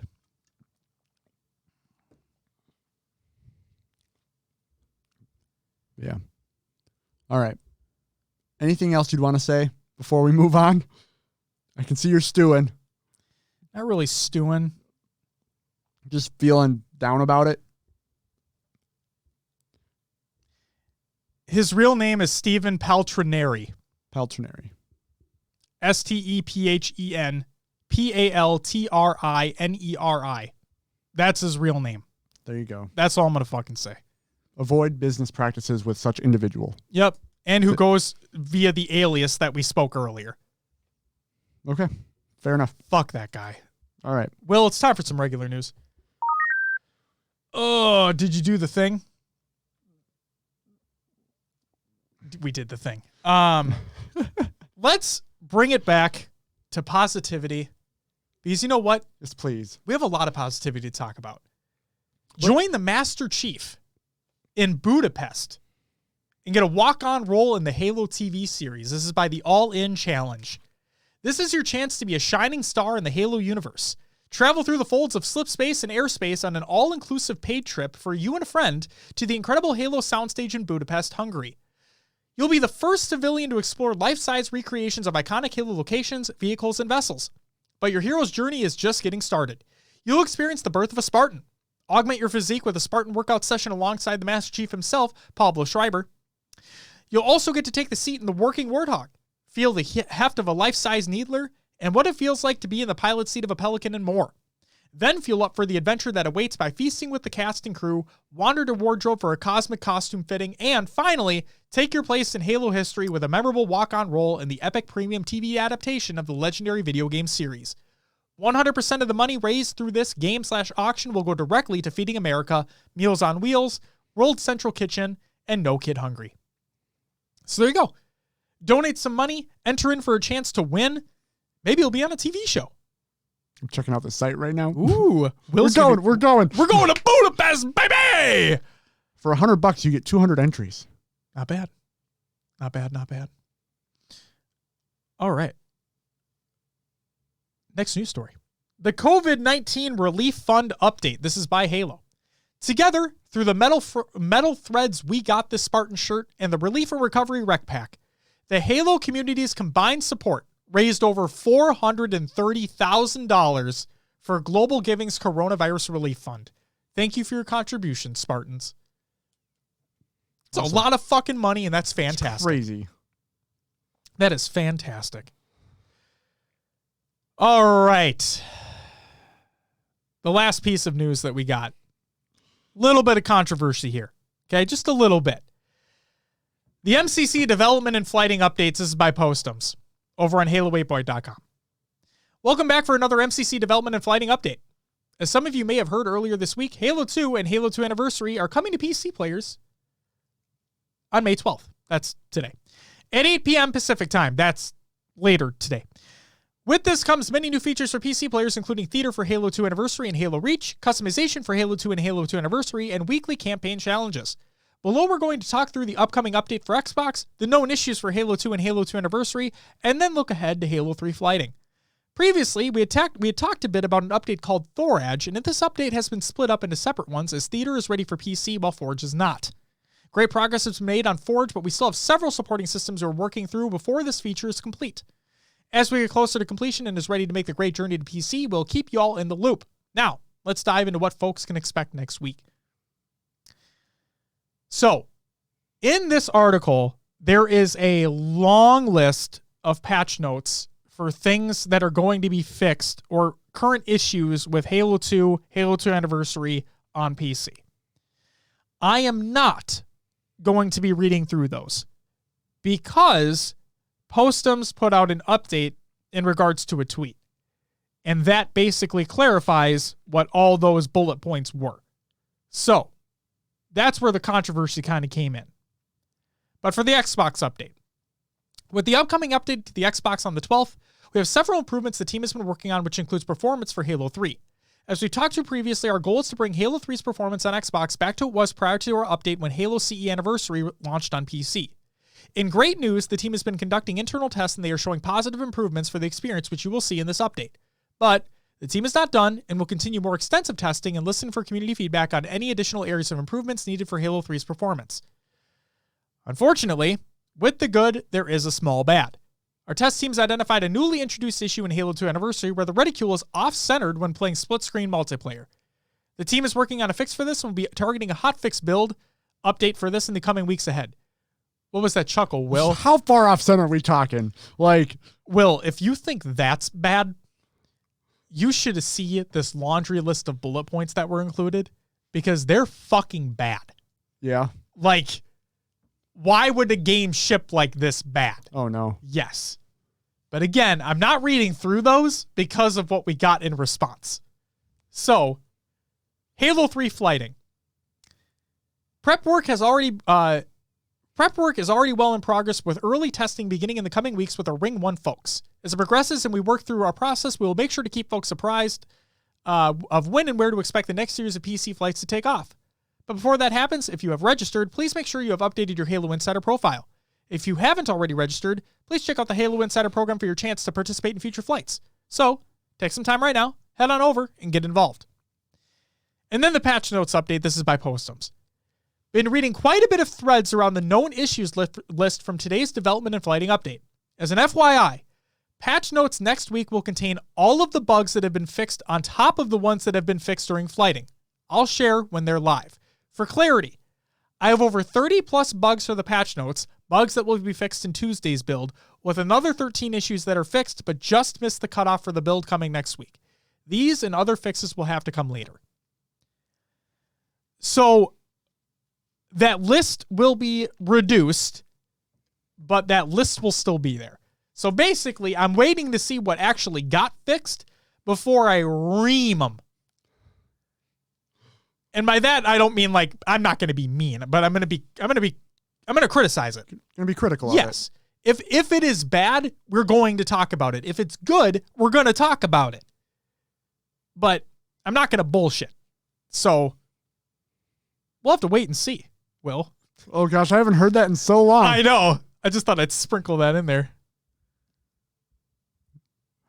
Little catchphrases coming back. Yeah. Oh boy. Yep.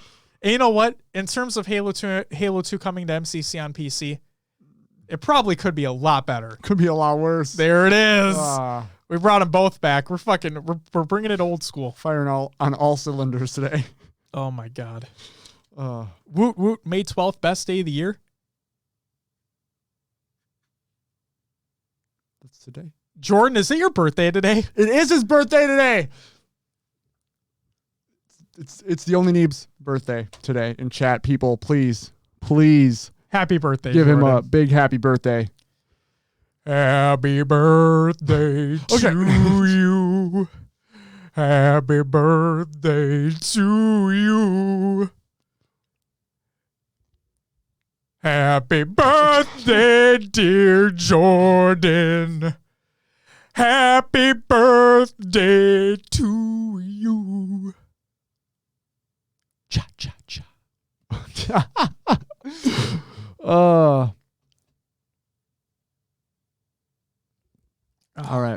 man. So Stinger HCS states, not going to lie, I'm disappointed about the Halo 2 Anniversary PC Pro League that got announced. I get it, we're getting a Pro League, but it's not going to be as successful as they would have revived the Halo 5 Pro League.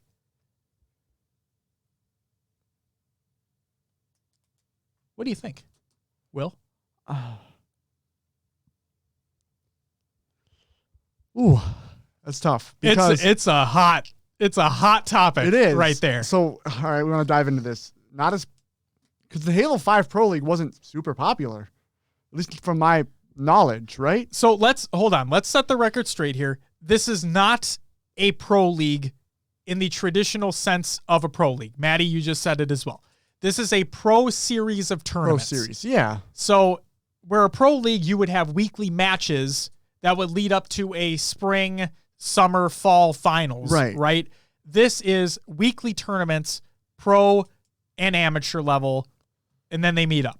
That's what this is. I can see the... What was viewership like for those leagues? I don't remember. I don't recall. For the Pro League? For the Pro Leagues. Like, how many for a final? Oh, for a final, it was... Oh, God, I don't even... I'd have to look it up. I don't even want to get false numbers. So they weren't astronomically high. Let's just get that out of the way. So let's go back to... But they weren't dramatically low either. Was the last MCC event DreamHack? Yeah, I think so. What was the viewer count there? 30? Was it even near 30,000? No, wasn't it like 10? 10? Or less? I don't think the want for MCC is there. Like, so I don't know. I think it can fluctuate. You're not wrong, but you're also not right. Because, I didn't mean that in a mean way. I'm sorry. That came off really douchey. Because I think so many people would be really, really happy, like probably us included, if they brought back Halo 5. Right? Yeah, I would love it. But there's so many people out there who'd be like, I didn't get my Halo 2 tournaments. Where are my Halo 2 tournaments? Right? I see both sides all the time online. Like, oh, we're burnt out on Halo 3. Let's not do Halo 3 again. That's like the consensus. Yeah. And, oh, we don't want to see Reach again. That's basically the consensus as well. With the trajectory they're on. Yeah. I could see people complaining about not getting their Halo 2 after we've done the rest of them. You know, we've done Reach, we've done 3. Right. No, not 1. There should be 1. Right. And again, at that time, though, I think the problem is I think less people would be even interested in doing Halo 1, especially over Halo 2. So I think they may have looked at it and were like, you know what? We have Halo 2 and Halo 2 Anniversary coming now. We need to get an announcement out there. We'll plan it around this. Mm-hmm. Maybe they'll do Halo 1 side things in the future. I just don't think the want is really there for Halo 1 tournaments. Sure. When in comparison with Halo 2. For sure. Because Halo 2 was way, way bigger. So yeah. Maddie states, I don't think it's fair to compare this to a Pro League. I mean, it is kind of it's a different setup. It is.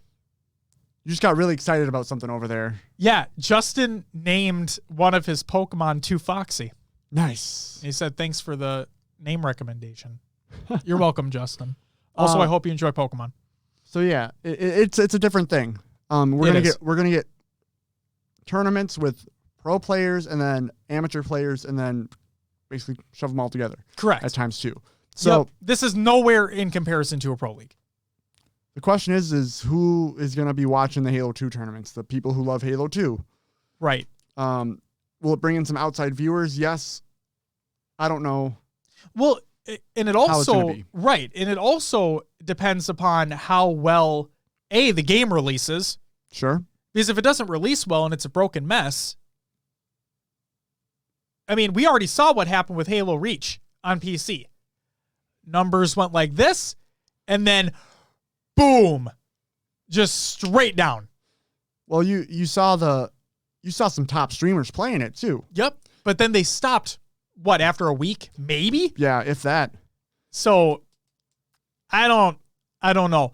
I think that with Halo 2, there will be a little bit more of a spike and maybe a little bit more of a constant.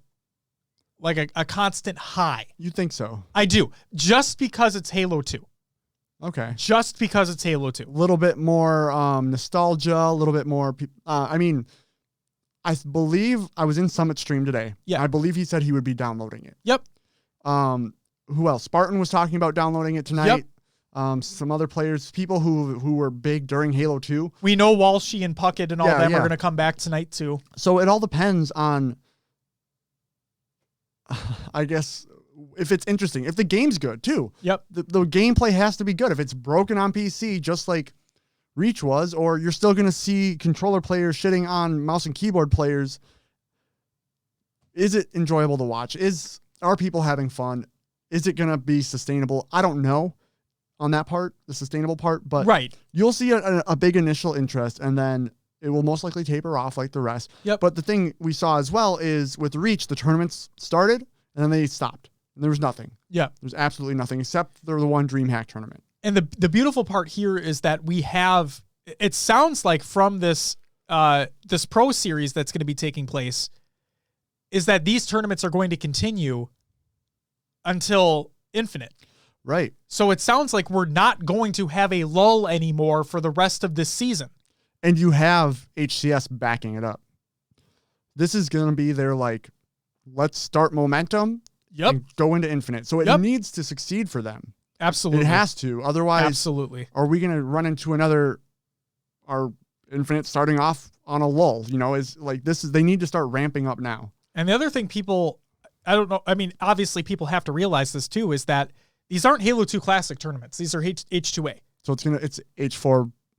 It's H4's engine, but I mean, it's the gameplay of Halo 2. But it's just the thing that people need to remember is that these aren't going to be classic Halo 2 tournaments. It'll be a little bit different. Yep, a little bit different. But I might even, you know what? I'll go on record and say that this isn't definitive, but part of me really thinks that when Halo 2 releases, I don't know why I'm thinking this, but part of me thinks that Halo 2 will have a bigger impact release on PC than Halo 3 will. I just have a feeling. I don't know. Because I know that Halo 3 was fucking massive. Well, yeah. Halo 2 was fucking massive as well. It's just going back and playing these games, Halo 3 feels slower. We already had Halo 3 MCC tournaments.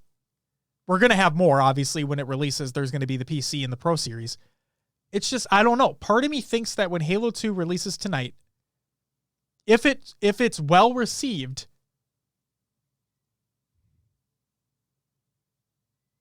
yeah, I don't know. Let's catch up on chat for just a second here. Okay. So, yes, Pink, we're talking about basically how popular H2 will be when it releases tonight, along with the Pro Series that they just announced for the HCS tournaments leading up to the release of Halo Infinite at the end of the year. And then Marlon says, I hope to see T2 and all the other names come back in the day to try it out. I agree, and I think they will. Marlon. Marlon, I don't know if you heard this, but we talked about it earlier on in the show. Puckett said that the plan is he reached out to Walshy and whatnot, and we're like, hey, do you guys want to do a tour to Walsh tonight? So they're probably going to be doing a tour to Walsh tonight. So look out for that. They'll probably be streamed too, is what I imagine. Also, we'll do this shortly, but I just want to also say that we'll shout out all the followers, the subs, everything at the near the end of the show. But seriously, thank you all for hitting that follow button, joining us in here. Greatly appreciate it. Don't think we forgot about you, because I haven't, I promise you. I got them all listed here. We'll shout you out a little bit later on. And then, let's see here. Maddie says, the Pro Series is just a placeholder until Infinite. They did Twitch Rivals, and everyone complained they shouldn't have held tournaments, and they should have held tournaments instead, even though it was meant for promotional purposes. People complained there was no AM support. So now we get tournaments that include amateurs to promote the new title. Absolutely. Yeah. Stinger says, I just think H2A had its time and the chance to bring in newer people. If I'm someone getting involved into an esport like Halo, we were kind of out of the game. I'd at least want to watch the players play in the more recent game. Stinger, I agree with where you're coming from there. And we've seen so many pro players that have competed in Halo 5 and earlier that have come out and said, man, those last HCS settings we had, we pretty damn good. Mm-hmm. I think if it got the proper support, they'd like to continue playing that game. And besides, I thought we ended, I mean, we had that CLG Optic Tox Dynasty end, and not in terms of team, but in terms of like winning championships. And then that Splice roster just come out of fucking nowhere. Also, I was in Sayan's stream the other day, and he was rewatching like highlights and whatnot. Splice 4-0'd him. Yeah. It's hard to, for lack of a better word, and this isn't meant to be a pun, but like to fathom that in my mind. That Splice 4-0'd Tox in a grand final.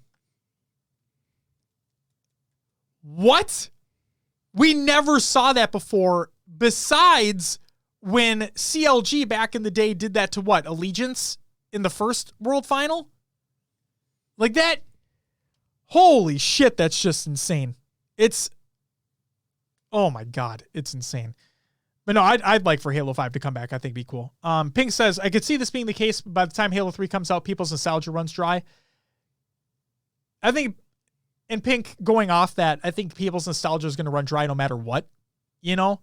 Because like you just said, there's going to be that first high, they get that spike, and then things will taper off and just go to the wayside.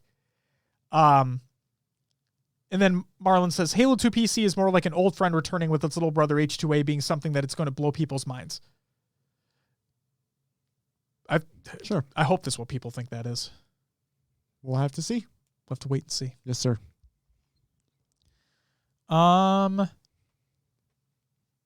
Will, that's it for the regular news. It's time for COD, another Games Watch. I bit my cheek. I kind of heard and saw that. How'd that feel?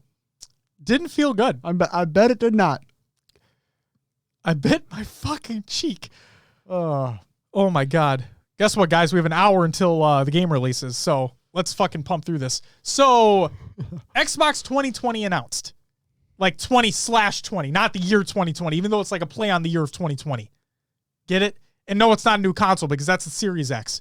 This is a terrible name for a thing that they decided to do. I'm just putting that out there. So, this is by Jarrett West, the senior vice... Wait, what? The CVP. What is CVP? Something vice president? Co-vice president? Ooh. Chief vice president? Ooh. That might be. What's CVP? Central Venice Pressure? Yeah, that's it. That's the one. Perfect. I'm so glad. I'll do some research. You go on. Oh my God. Josh, be careful with your cheek. Thanks, man. Thanks, Stinger. I appreciate you, bud. I'll look out for me. Oh my God. It's a tough job talking at a microphone. You know, it's fucking super hard. You never know what type of shit you're going to get. What, did you figure it out?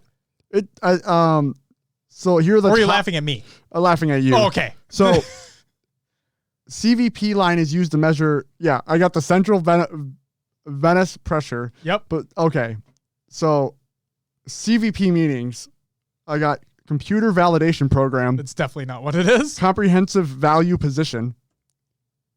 Color video plotter, or chief vice president. I'm gonna go with that one. That's what it is. Yeah. Thank you. Man, it's been a show. It's been a show. Stinger says, I have pointy ass canines, so when I bite my cheek, it pierces deep a lot. Oh, that fucking sucks, man. I'm sorry. Rest in peace, your cheeks. Okay. I just realized that was like a butt joke, but it wasn't. It's a great team name. Oh my God. Rest in peace, your cheeks? Yeah. Ooh. Oh, someone snatched that up. Love it.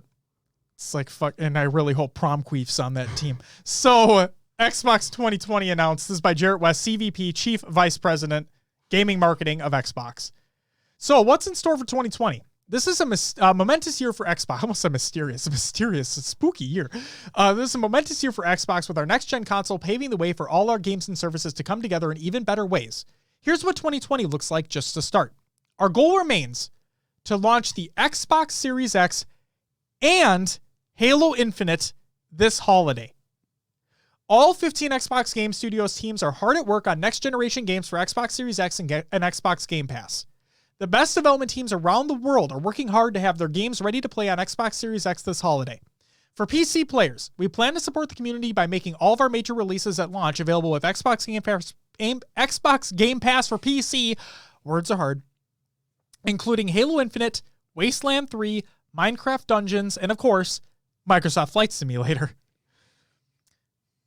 For the record, that game looks incredible. Like, oh my God. We have new updates and titles lined up for Xbox Game Pass for console and PC, and we're expanding Project xCloud into new countries and on new devices. And later this year, Project xCloud and Xbox Game Pass will come together, enabling you and your friends to play together in more ways. It's a lot, and it's saying something in 2020, a year which could be summed up as a lot. With all this in mind, we set out to create new touchpoints to celebrate gaming and share what's next with our global community. So, Xbox 20/20. Starting with the May 7th episode of Inside Xbox, which is already passed, we'll be showcasing what happens next in the world of Xbox every month, which is why we're calling it Xbox 2020.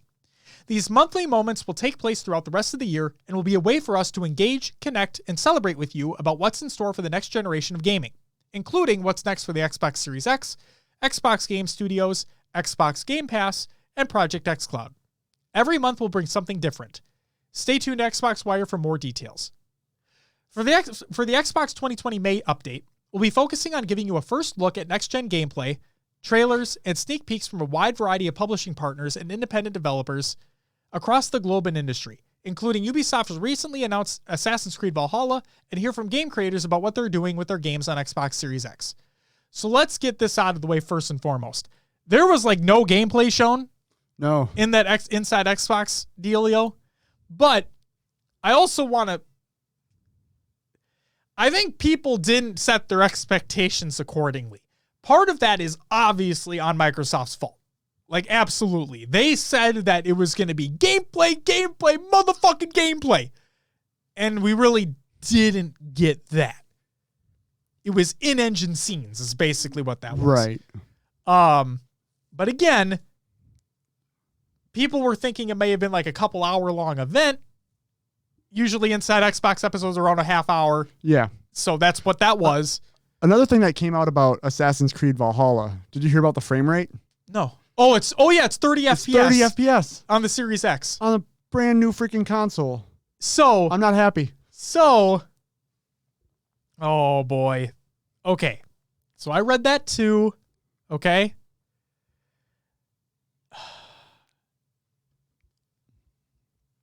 Okay. Let's. I need to set the record straight. Okay, let's hear it. This isn't meant to flex, but we have a very nice PC in here for the studio. Oh, yeah. Okay? Yeah. Even that is not able to run games 4K at max settings, 4K, 60 FPS. Sure. We have a 2080 Ti in there. It's still not able to. It's just the way things are.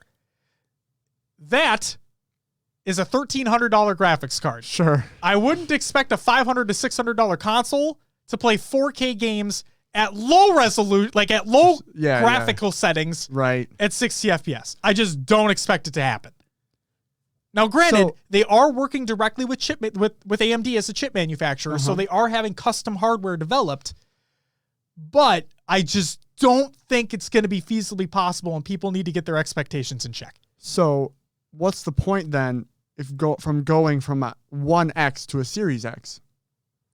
If you can already play games at 4K 30 on a 1X, what's the point of going from a PlayStation Pro to a PlayStation 5?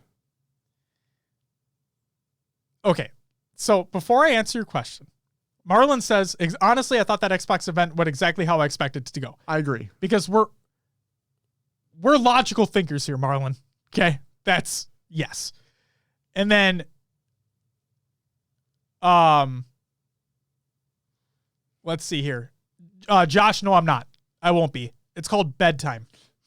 All right. But yeah, okay, let me answer your question. Why upgrade? Why would I want to upgrade? Will, let me tell you about this wonderful new technology. It's called a solid state drive. You can play your games faster. What? Yes. Okay. What? Sure. You're telling me load times. That load times are going to be significantly faster? Is it $500 to $600 worth it? Fuck no. Are you kidding me? Fuck no. But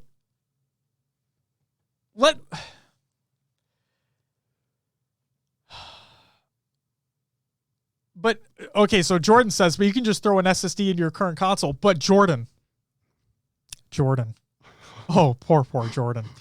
Let me tell you about the wonderful new technology. You can't even keep a straight face. Let me tell you about this wonderful new technology called NVMe SSDs. Oh, I know. It's crazy. It's not like we've had them for a couple years already or anything like that. No, in all seriousness, let me just say this. Obviously, for some people, it's not going to be worth it to upgrade, sure. Right? Yeah. Now, Assassin's Creed Odyssey is one video game that the specs have basically been said for it. Okay? It's one title. Talking about Valhalla? Yes, Assassin's Creed Valhalla. Yes, it is one title that a spec statistic had been stated in an interview or whatever. Right. Okay? One game. It is not a first-party game. It is not specifically designed to run only on that hardware. True. So, who the fuck knows? I mean, for all intents and purposes, and now these are older video games, but MCC is supposed to run at 60 FPS at 4K on a 1X. I don't know what the graphical settings are on the Xbox One X versions of the Xbox One X's version of MCC. I don't. And I don't know if they'd be significantly better on the PC version, because they are older video games. Maybe the settings aren't there. But maybe Infinite will be optimized to run at 4K 60 FPS on the Series X because it was designed for that console in mind. Sure. But then again, it wasn't just meant for that console in mind. It's also going to be on the X, like the 1X, the 1X and the 1. I'm curious. That game is supposed to be able to run on the original version of the 1 hardware. With what we've seen with MCC, I'm curious. Because we've had it where, we've talked about the frame rate drops. It runs fine on a 1X, but not the 1. Even then, for me, it doesn't even run 100% on a 1X. That's the weirdest fucking thing to me. Very interesting. I don't know.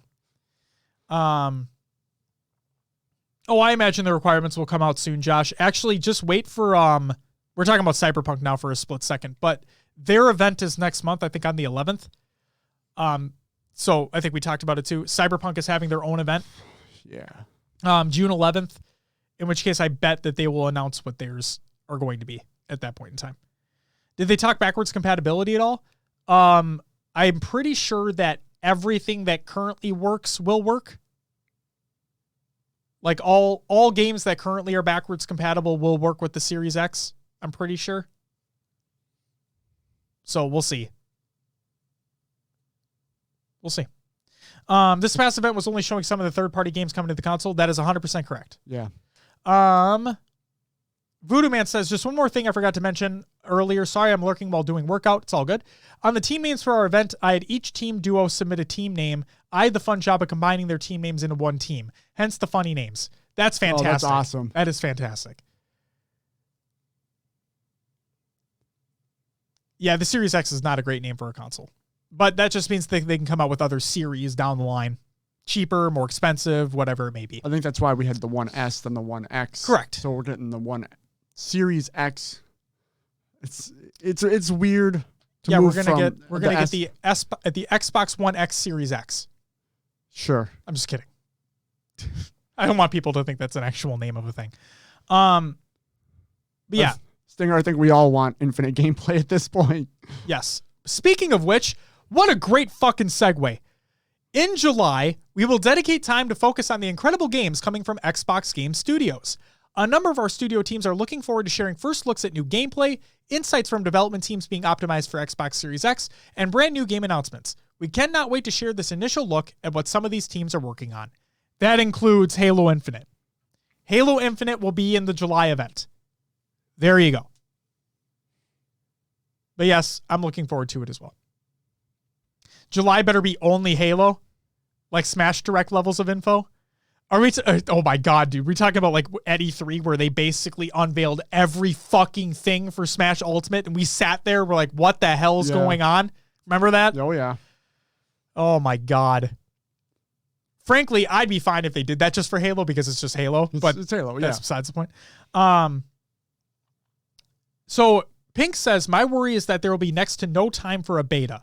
So Pink, you've been in the scene for a while, but in case you did not know, I'll just give you a refresher. There's not technically going to be a beta for Infinite. Instead, they're going to be doing what they've been doing with the MCC stuff, where they're going to be doing flighting. So what flighting is, again, this is just if you're not aware, for anybody that's not aware, what flighting is they take a much earlier version of the build. And that's the emphasis, and I say this all the time. And Will, I understand if you want to beat my fucking face off because of this, but I'm beating this to death. It is an earlier build than what is currently being worked on for the video game. This is for everybody. I'm just letting everybody know. The flight is a much earlier build than what is currently being worked on.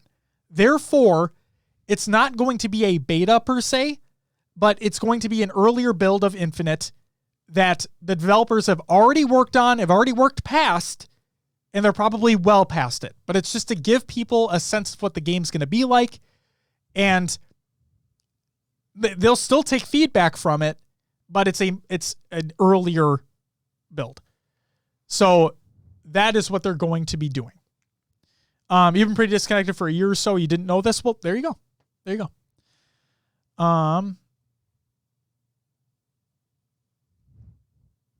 That's what I got.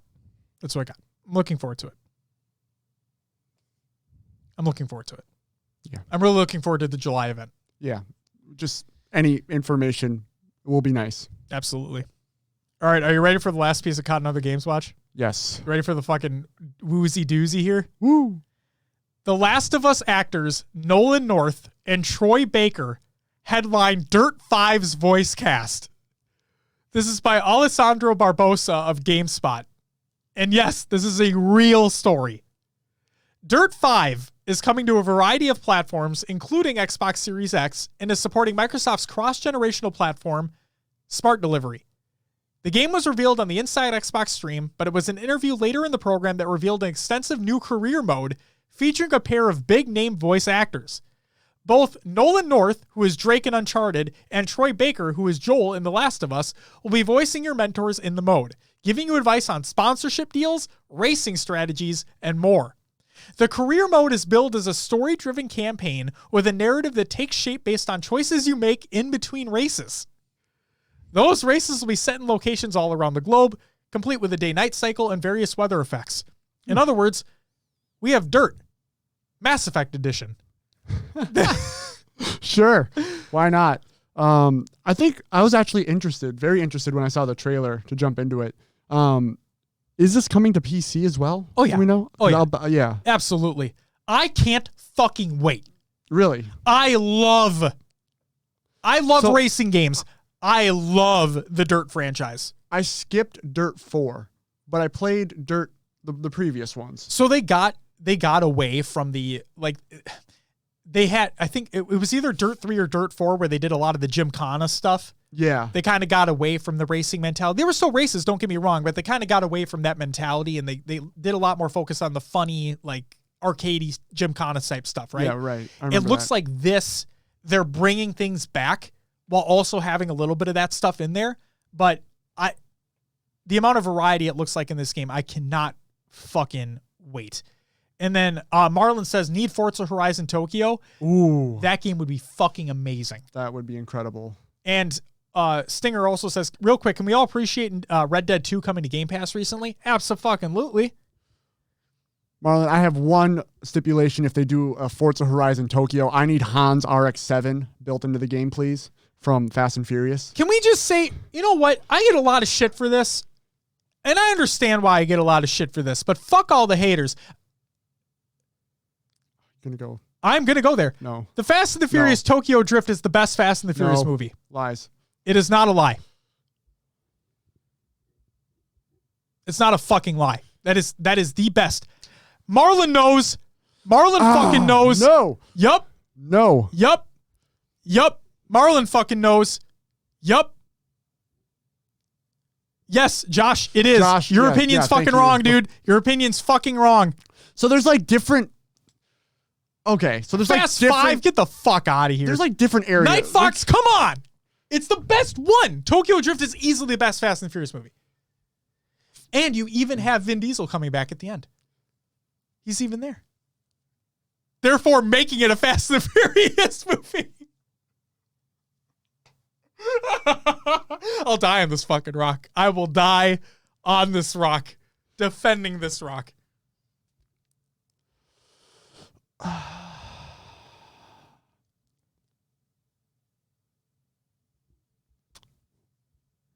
Marlon says, how is it not? It's an actual racing movie with real stakes and actual character development. Yeah, not some fucking heist movie.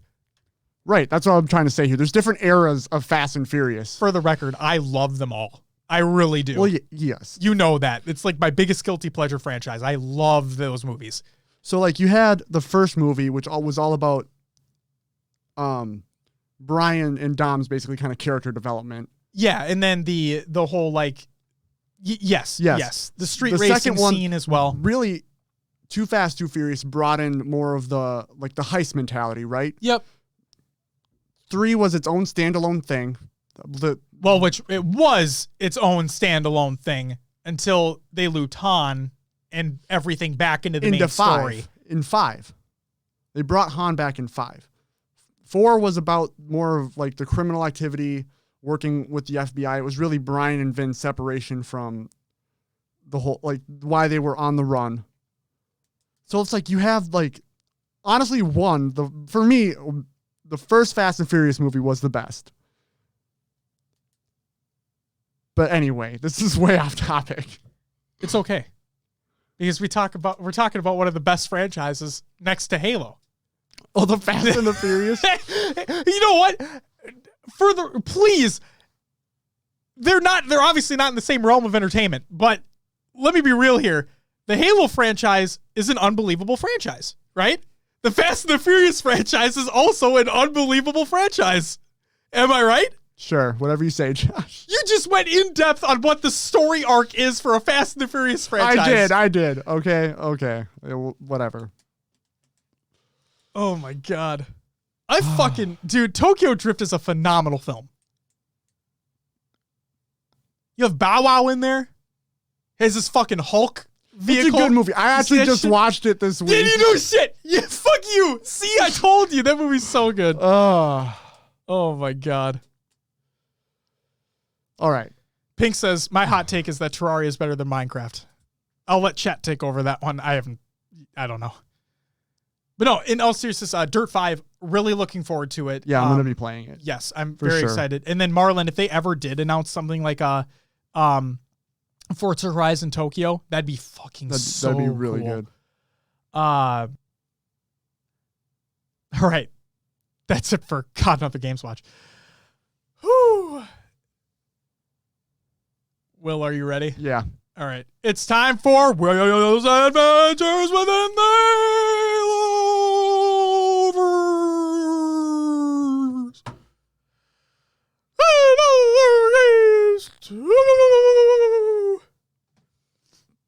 All right. Well, what'd you play this week? Animal Crossing, just doing random crap. Valorant for a little bit. Okay. It's Valorant. So I don't know if anyone was playing yesterday, but there was so many problems across Twitter. Uh-oh. So they had scheduled maintenance going on towards the end of the night, but a few hours beforehand, people were just disconnecting from matches with a anti-cheat error. Like, I was watching Spartan play, Yeah. And yeah, like every few rounds, he would just disconnect with the anti-cheat error. He had to restart his game, and then finally he restarted his PC, which helped the issue completely. But there was just people dropping in and out of matches. It was all over Twitter. So, yeah, great. Sweet. Great to see from the next best thing in esports coming out. And then I played 2 Tarkov runs, one with a scav, one with my actual player. I was just like Terminator. I was Terminating? I was just running through basically. Like I wasn't trying to be stealthy and just like I was trying to get my shot back a little bit in the game because it's been a while since I played it. Yeah. And I took out a decent amount of like scavs and a couple people, but then I just died towards the end of the raid. The last one I got mad because someone was extract camping. They were just sitting around and I could have left, but I was like, nah, I'm pushing this guy. And he had a nice automatic weapon. I was my scav with a kind of single shot weapon. Sure. So it didn't go so well for me because he just sprayed the corner as I pushed him.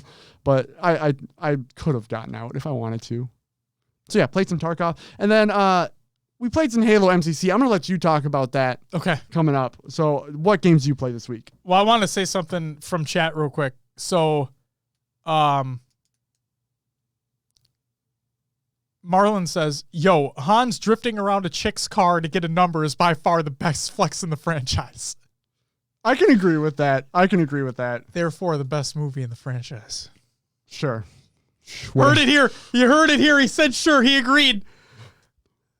What is your favorite? The first one. Is it really? It is. Okay. The whole storyline. My favorite part about the first movie, I know we're getting off topic here for a second, but we recently watched the first one.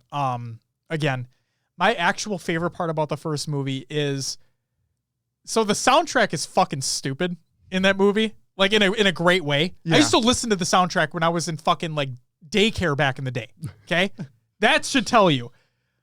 And yes, like the rap and everything, explicit, of course, but one of the songs, like it may be called Watch Your Back or something like that, but it's when Brian is getting the tuna sandwich. Yeah. You know, and Mia's making it for him and all the guys come up. Yep. And the fucking, what's the guy's name? I forgot. He dies, I think, too, doesn't he? No. Are you talking about the... Or does he not die? Did he not die? Yeah, the kid that stutters a little bit. No, not him. No. Poor guy. Oh my God, that sucked. I felt so bad for him. Oh my God. The douchebag that wanted to be with Mia. Yeah. Forgot his name too? Why can't I? I'm sorry. I really ruined it. My bad. But either way, so if you remember it, you remember it. But so Brian is ordering a tuna sandwich. Yeah. They all show up and the music in the background is this, I think it's called Watch Your Back or something. And they time it perfectly to like, and it was clearly done this way. Oh yeah. But they time it perfectly to where Brian and the dude get up and they start walking out and they're gonna fucking duke it out. And then Mia is shouting at Dom to get up, and then the music just like it hits a perfect transition point, and then you just see punches flying and shit. It's like my favorite part of that first movie by far. I'm sorry. It's all good.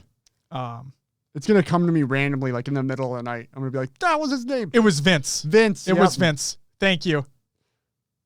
That fight scene sets the tone for the whole movie. Yeah. Dude, oh my God, I love that shit. Oh. All right, cool. Back on topic again. I also played Animal Crossing New Horizons. I bought my turnips. I'm just looking to sell them now at this point. If I can sell for about 500 or more, I'll make at least $2 million. I'll let you know what my prices are. Please do. I didn't buy turnips this week. We had to run around for Mother's Day stuff. Oh, yeah. I didn't log on time. It's the worst part is that you have to do it like from 8 to noon? Yeah. And that it's like, it's the last thing on my mind is logging into a video game from 8 to noon. I'm with my daughter. All right, Pink, we'll see you soon. And then Stinger says tuna sandwiches are great. I don't remember the last time I had a tuna never sandwich. had one. What? It's not going to happen. Do you just not like tuna? No. I don't know if I've ever had it, to be honest. What? Yeah. What is this episode? I don't know. What the fuck is going on? Okay. I don't even know how to respond to that. I thought everyone's had it. Like, you know what people say? Oh, I haven't seen this movie. What? You haven't seen that movie? You actually haven't had a tuna sandwich before? Nah, I don't think so. That's so bizarre to me. Okay. I'm not going to judge you for it. I just think God, that's so crazy. We got to get you a tuna sandwich sometime. They're good. They're not bad. Okay. If you get like a legit tuna sandwich, we'll find a place that does good tuna sandwiches. Okay. We'll chow down on some fucking tuna, bro. I don't even know where I'm going with this. Oh, no. So MCC, we did a tour to Walsh. Yeah, we did. Let's talk about how great I did. Let's, Silas wasn't there. And Scotty doesn't know. All right? All right. I would love to know how many people actually knew what the fuck I just meant when I said that. Let's see how many people are old. Let's see how many people are young here. Let's figure this out real quick. Yes, Justin, you're correct. Don't tell Scotty. That's right, Marlon. Don't tell Scotty. That movie is amazing too. That is the best part about that movie by far. Oh my God. That's such a fucking good movie. I love how we're all on the same wavelength here. I love this shit. So, we played MCC. We played Halo 2. We did a tour to Walsh. This is our second one we've ever done. For those who don't know what a fucking tour to Walsh is, it's a free-for-all first to 1,000 kills. It's misery. So, for the record, and this isn't a flex because I know that people are going to put an asterisk next to my name. But no, in all seriousness, I technically won. You did. And I won because, like others have said, I played the FFA like it was meant to be played, where I basically cleaned up everyone. Like, there were obviously fights that I got in one-on-one, but I cleaned up a lot of kills. And Marlon says, oh, Marlon and Justin, you guys are so nice. No, seriously. So even for me, and you can interpret this however you want, but even for me, it was hard. Like, and I even said it, around the 200 to 300 kill mark, my pinky's going to start hurting. Because you know what? People asked about this. I was going to we have a live show now. I'm just going to do it. I don't even fucking care. Josh is still talking while he's away from the mic. I'm loud enough. It fucking appears on mic. I'm going to show everybody how I hold a controller. Because people were wondering, how the fuck do you hold a controller? Yeah, what's this controller grip? See? So people are wondering, like, how do you hold your controller? I hold it like a fucking standard controller. Like, look at that. I'll even go back up to the fucking camera. I don't. See? It's just how I fucking hold it. All right? It's just normal. God damn. So, I hold a controller normally. Sure. I don't use paddles. I don't do any of that. I just hold it. A little tight and aggressive. It might be a little bit tight, but at the same time, I don't wear my stuff down like others do. Like, when I see people that have worn down sticks and whatnot, I'm like, how the fuck hard are you going on yours, dude? Like, the back isn't coming off at all or anything like that. Like, I just hold it normally. I don't know. But it's just, I know that I have, like, early onset arthritis and whatnot. Like, I know it's there. And so part of me thinks it's something that has to do with that. Sure. And it being in the same motion, like in the same stance for so long. Yeah. That it really just starts to get like a little bit of a pain. And I called it. I'm like, around 200, 300 kill mark, it's going to start hurting. And it did. And of course we just had to keep going. But that's besides. I'm ranting for literally no fucking reason whatsoever. But yeah, it's just, I don't know. I had fun overall. It was a fun time. I got to say I shit on Scott a lot, which was awesome. And then Dave's not here, but I'm going to fucking say it anyway. The last couple kills I got on him were fucking nice. Let's just put it at that. stay tuned for my POV. The VOD will be up soon. I just need to upload it. Also, I apologize to everyone ahead of time. My mic sounded like shit. In the VOD? Yes, in the stream. It sounded like shit, and I never knew. So we were in the Xbox party chat. It sounded fine. Yeah, but in the stream, it did not. So I apologize in advance. I'm just going to give everybody a heads up there. If you go watch the VOD that I'll put up, just be aware. So I apologize because that's the last thing I want people to hear. But yeah, overall, I thought it was fun for the most part. I burnt out so quick in it. It's okay. It was around like the 600 kill mark where I'm like, we have at least 2 more hours. Yeah. And I'm fucking feeling it. 30 minutes to launch. Yes, sir. Which is even perfect because we're almost towards the end of the show, which means time for the post show. But no, I had a great time. Thank you everybody for tuning into that, who tuned into the streams. Thank you to everybody that's publishing your VODs to YouTube. Greatly appreciated as well. Yeah, I honest to God had a blast, and we'll say it on the show. We're going to be doing one every 2 months. 3 months? 2. 2, 3. Every 2. Once a quarter? Every other month. Once a year? Yeah. Once every 5 years? Sure. The once every other month thing is going to fucking kill me already. Yeah. Yeah. We're doing that on PC. We will. Population is going to be on Xbox for it. Well, we'll see. We'll see. Because I said community playdates are going to switch to PC when all games are out on PC. So that's this year. That's why I'm trying to give people the biggest heads up as I possibly can. Once it's out all on PC, we'll have Infinite. True. So we're going to be I'm doing community playdates on PC for Infinite. That's what I'm doing. Because that's where I'm going to be fucking playing that game. Unless it's absolute horseshit, in which case Xbox it is, but we'll see. All right, that's it. That's all I got. Will, it's time for some shout-outs. First up, happy belated birthdays to Onset and Bravo. Happy birthday, gents. Oh, also Jordan. That's a big one. You know, happy birthday today to our main man, Jordan, the only Neeb in the chat.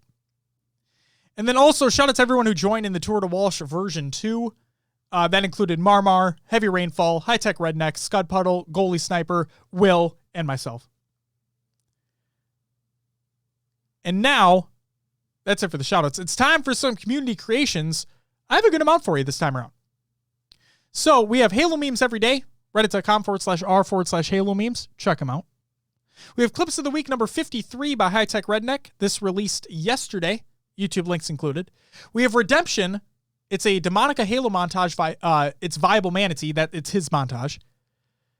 There's Carnage Reporter version 0.4 has been released. This is by D Still Loading over at reddit.com. We have Machine and Nerve, the Halo Master Chief Collection Halo 2 Anniversary not montage. It's like the promo video for Halo 2's release on MCC PC. So go check that out. It's made by Halo. We have Snipe Down's Halo 3 montage by Logan Dodson. Little Twitter Halo 3 montage there. We have Forge Your World contest announced. This is by Forge Hub. It's a very lengthy article, very in-depth, but there's a new contest going on. Highly recommend you go check that article out in the show notes. We have Stochi, Anguish, Halo Reach PC montage edited by Zoo over on YouTube. Check that out. We have Wildfire, Shoddy the Doggy montage. It's a Halo 5 montage. Check that out. And then Marlon says, my grenades were featured more than me. Your grenades were fucking sticky. Also, the amount of naughty jokes were plentiful in there. So there's that. And then the final piece that we have is an article by Tucker Brown, who is the CEO and founder of Lux Gaming. And his articles is Halo Esports, What to Expect.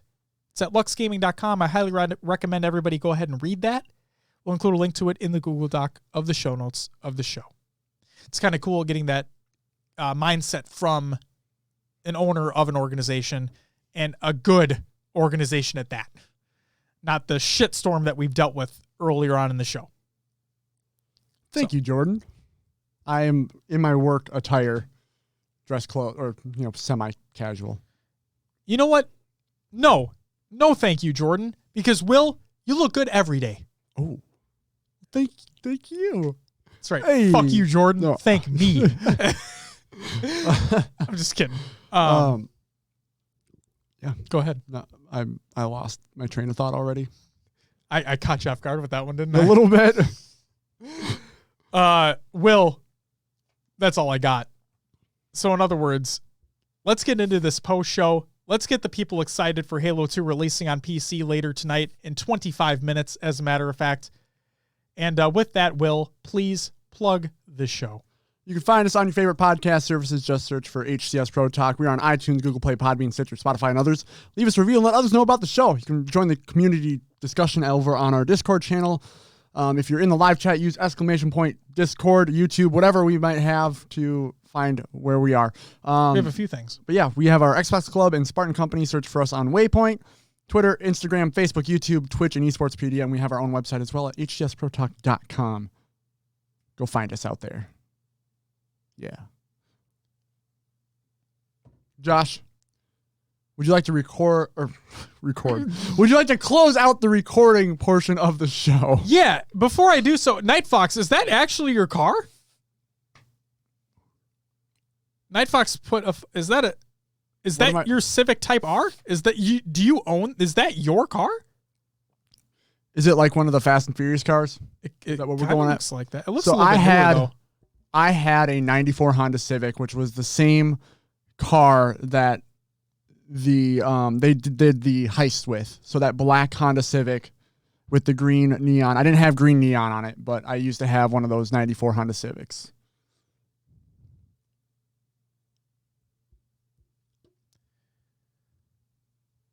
Josh is doing research. No, I was just scrolling up through the chat. I just really want to know if it's the actual car. It's pretty fucking cool. Yeah, I wish I had those like old cool cars that people loved. I didn't. I had an Oldsmobile Bravada, and then I had an 01 Pontiac Grand Am. Riveting, I know. Wow. I know, fucking wow indeed. If you want to go in car history, I started with a Ford Taurus, like a 99 Ford Taurus. Ooh. Thing was tan. Beige interior. That sounds even better. Oh, it was great. Wow. Drove that thing. My Pontiac was fucking silver. Drove that thing into the ground. Then I got the 94 Honda Civic. Okay. Manual. Loved that thing. Worked on it. I had 18-inch Motegi racing rims. Ooh. There was a stripe. It had the sunroof, which was really nice. Stripe down the racing stripe down the middle with a like carbon fiber painted hood, top and trunk. And then I had a spoiler on it. I had a 12-inch sub in the back. DVD player that folded out in that thing. It was awesome. Until I go. No, I'm just gonna say that Stinger says I have a 2003 Ford F-150. I've always wanted a truck, Stinger. Like part of me has always wanted a truck just so I had a means and a reason to move big shit. Like that's the only reason why I want a fucking truck. Yep. And then Marmar says Pontiac slap though. I mean, I liked it. They were yeah. I liked my Pontiac, but I am now a much bigger fan of vehicles that are higher up on the ground. Like I drive small SUVs, and then like I said, I've always wanted a truck. But no, I just like being higher up on the ground. And then Justin says 97 Sunfire Sport. Ooh. So Justin, funny story. My sister loved her Sunfire. So much so that when she totaled her first one, she got another one to replace it. And then I think she got another one on top of that to replace that one. Damn. Like she loved her Sun. It was either 2 or 3, but she loved her Sunfire. Black on black. Yeah, Stinger, I hear you, man. It's just, for me, it's hard. It's hard with a kid. Like, I know people are able to do it with trucks, no problem. It's just, I'm more towards right now, my next vehicle is leaning more towards a Honda Pilot type mid-size SUV. That's where I'm going towards right now, where all the seats can fold down. I'm going to have captain seating in the second row. I have an idea. And then Justin says, then a Hyundai Ascent, then a 2010 GMC Sierra. Missed that one. Now I have a work van and a Hyundai Santa Fe. Had to get the family vehicle. There you go. Yeah. Anything else you wanted to say about your fucking dope ass My Honda Civic? Yeah, I blew out the transmission. I was going a little fast, went to shift into third, and then things just kind of fell apart on the side of the road. Had to limp the thing home and then sold it to some kid who wanted to fix it up.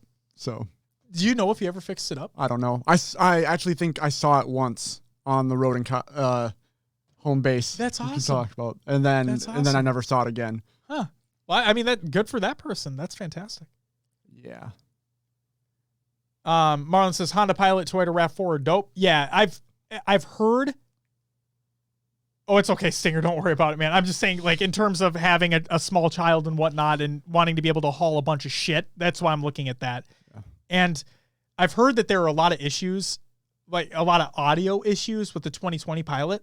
Really? Like, apparently there's crackling that comes from the speakers and it's a software issue and Honda won't fix it.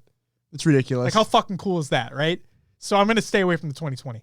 But, oh my God, that's the life cycle of 90 Civics. Yeah. Jesus Christ. The thing was great, though. It ran forever. I delivered pizzas in it, which was great. Because I used to pull up at houses and kids would be like, "Oh, race car!" Like, yeah, yeah, awesome. It's fun. They'd get all pumped about it. It was great. You're like Brian. Yeah. Not really. I tried to freaking drift once. I did a 180. I was like, all right, I'm out.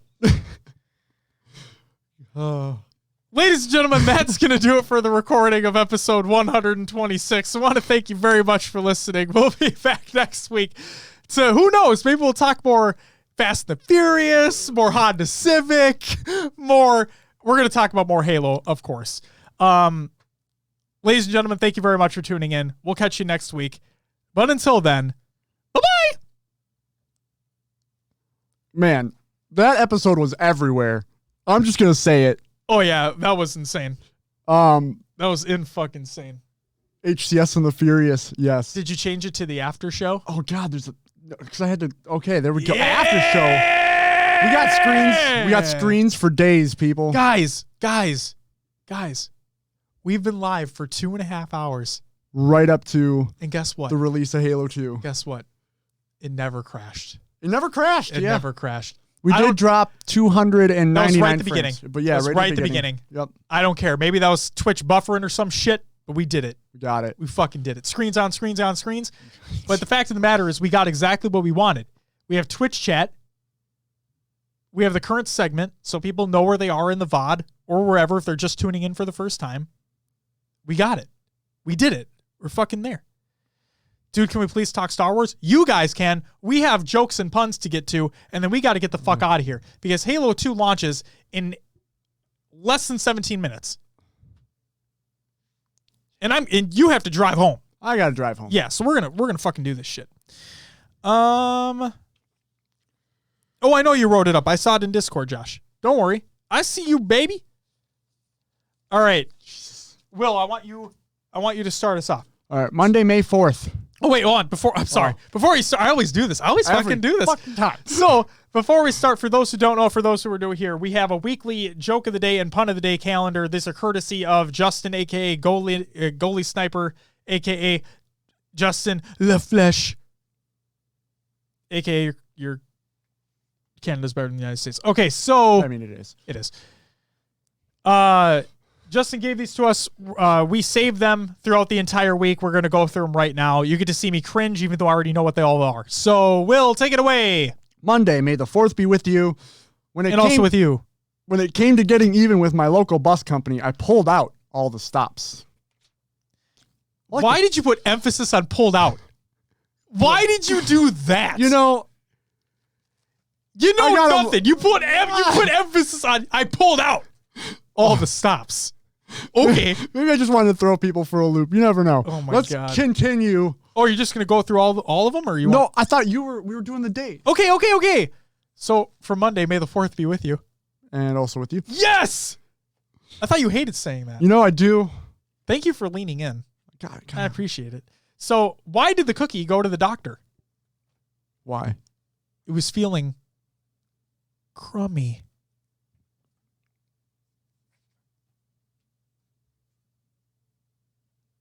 Get it?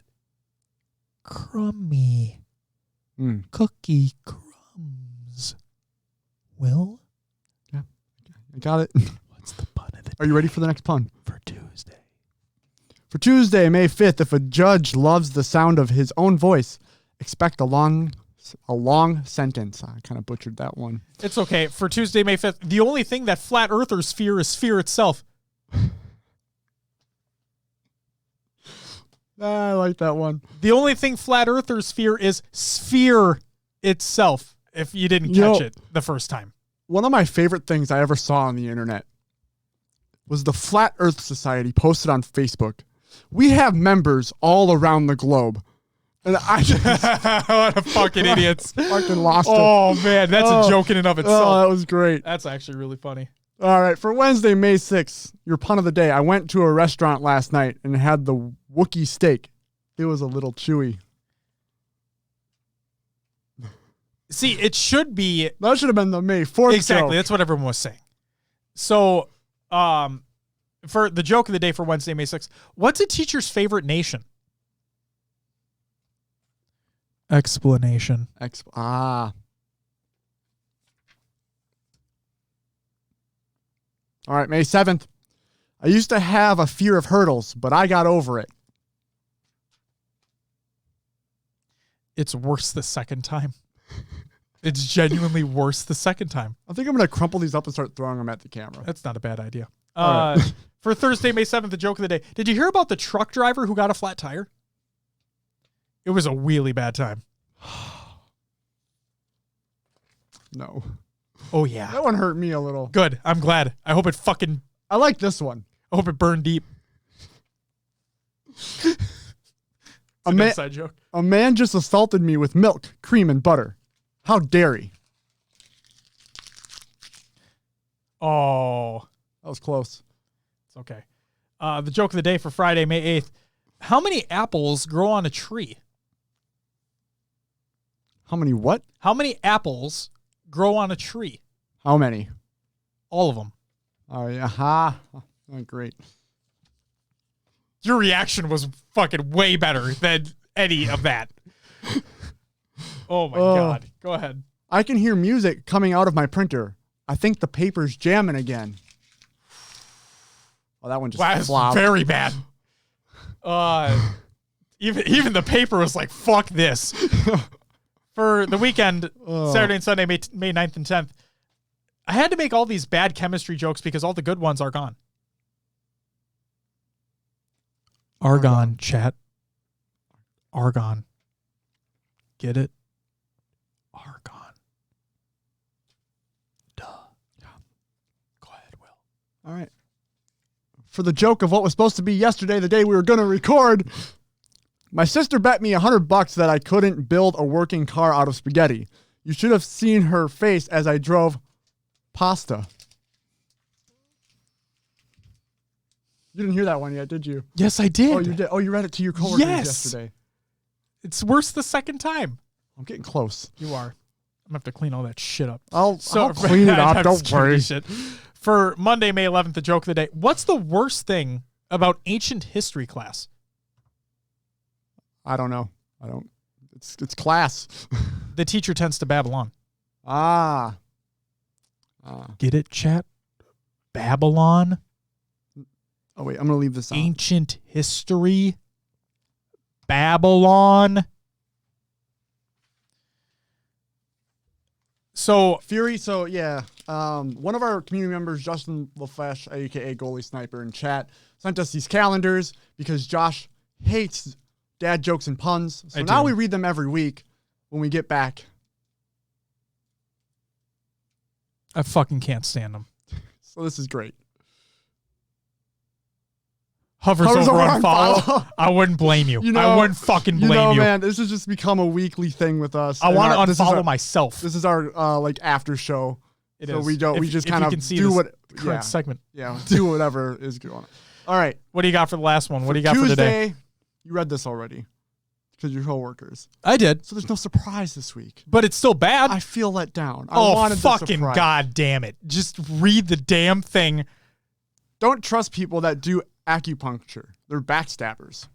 And because I'm not tearing that, damn it. I hit the stand at least. For Tuesday, May 12th, the joke of the day. When a duck goes shopping, does it pay cash or check?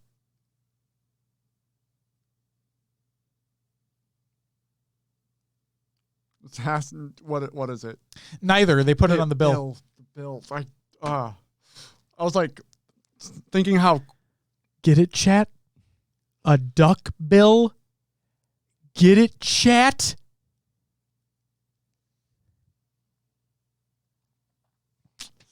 That's all I got. Oh, yeah. All right. We'll leave it open for a few more minutes if anybody has any questions, concerns, comments. Also, I want to take this time to tear up these jokes. And more importantly, I want to take this time to thank all of our brand new followers over the past couple days. Don't think I forgot about you because I motherfucking didn't. So, over the past few days, we have Hiho Tofu. If I'm mispronouncing these, I greatly apologize. But we have Hiho Tofu, Raging Fury, Bentley, Carpathian 66, Venom, Haas Sauce, and I Numbers. Thank you all so much for the brand new follows. Greatly appreciated. Welcome to the community. And if you don't know, we are a weekly Halo esports podcast. We obviously talk about some other things too, but we primarily talk about Halo esports. So yeah, thank you for tuning in. We hope you enjoy. At the end of every live show, we do this little bit of a Q&A at the end of every show. We do this joke thing that we got going on. And we just hang out with you for a little bit before we get going. Give you an opportunity to just talk one-on-one if you'd like to.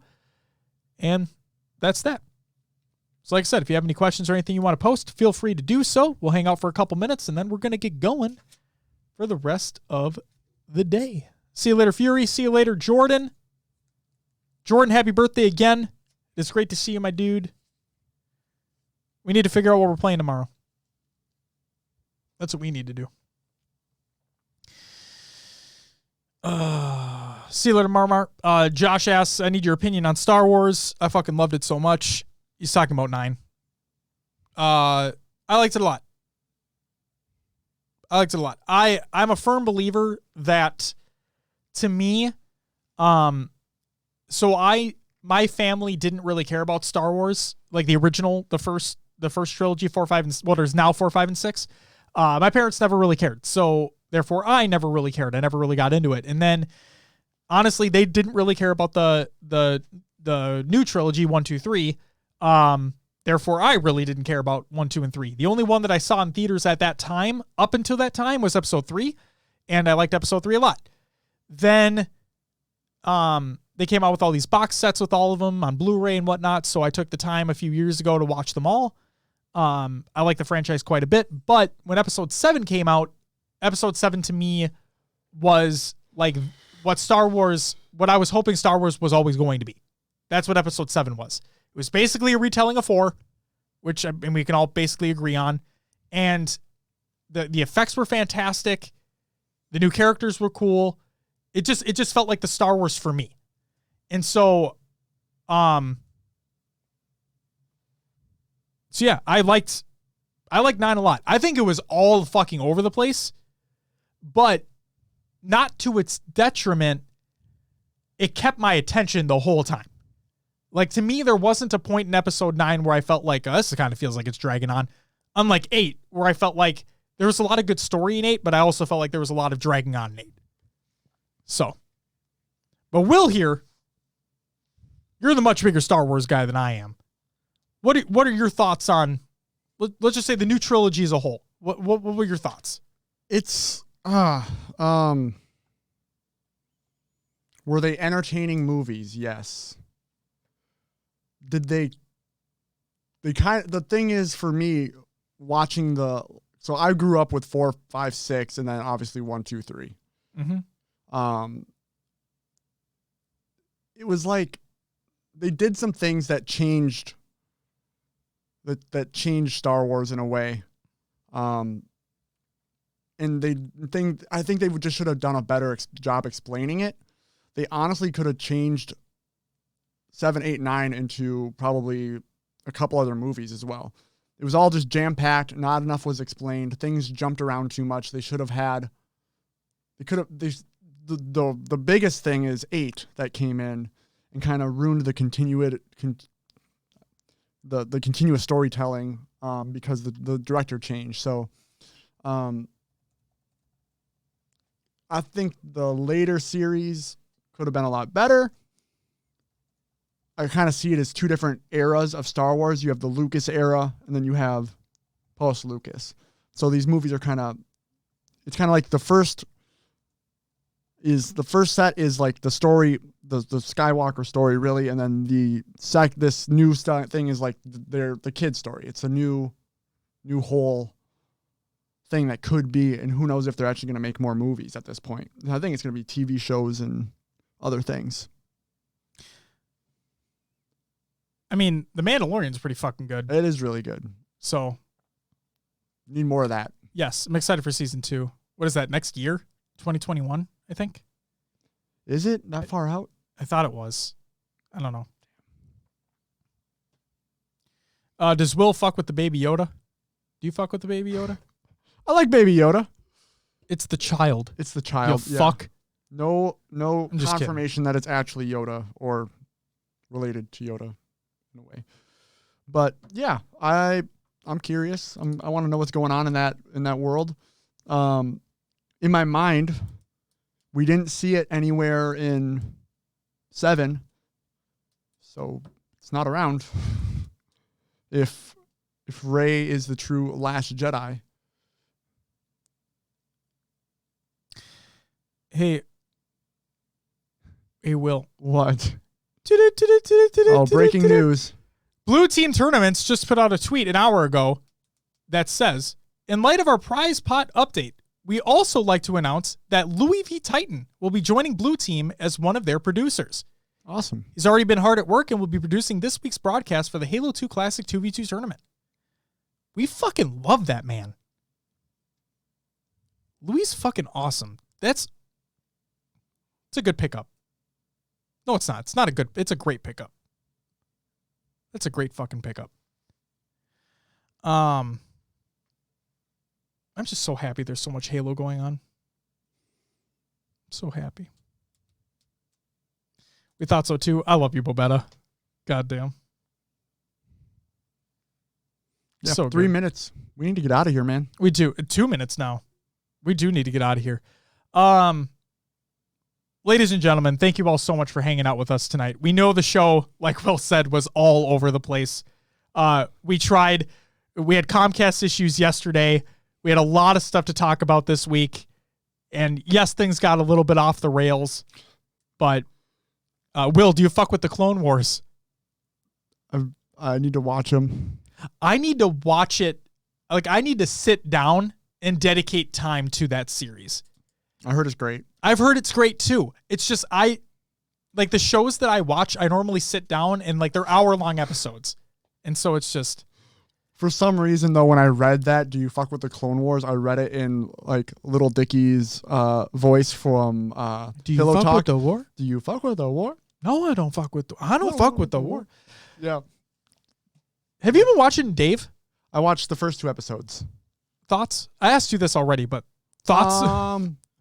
Awkward, but I'm curious at where it goes. Okay. I feel like socially awkward watching that movie. Like, because the character is awkward. Yeah. But Lil Dicky is awesome. No, yes, he is. And Marlon, you are correct. It's actually better to watch them in a few episode increments. And that's the thing. That's my problem, is that the shows that I watch currently are hour-long episodes. And so I dedicate that time, right? It's just with the Clone Wars, since they're so short, it's like, fuck. It's just jumbled. Will, last question for you. Okay. Does Will fuck with the comics? Or just comics? You fuck with comics, Will? Some of the Star Wars stuff I've read, but not a ton. Will, last question from me. Do you fuck? Ladies and gentlemen, that's going to do it for our show. Thank you very much for watching. Will's is fucking dipping, and we'll be back next week. Thank you all so much. Thanks again for the follows. Greatly appreciated. Welcome to the community, everybody. Enjoy Halo 2 on PC. By the time we're out, it'll be live. Until next week, everybody.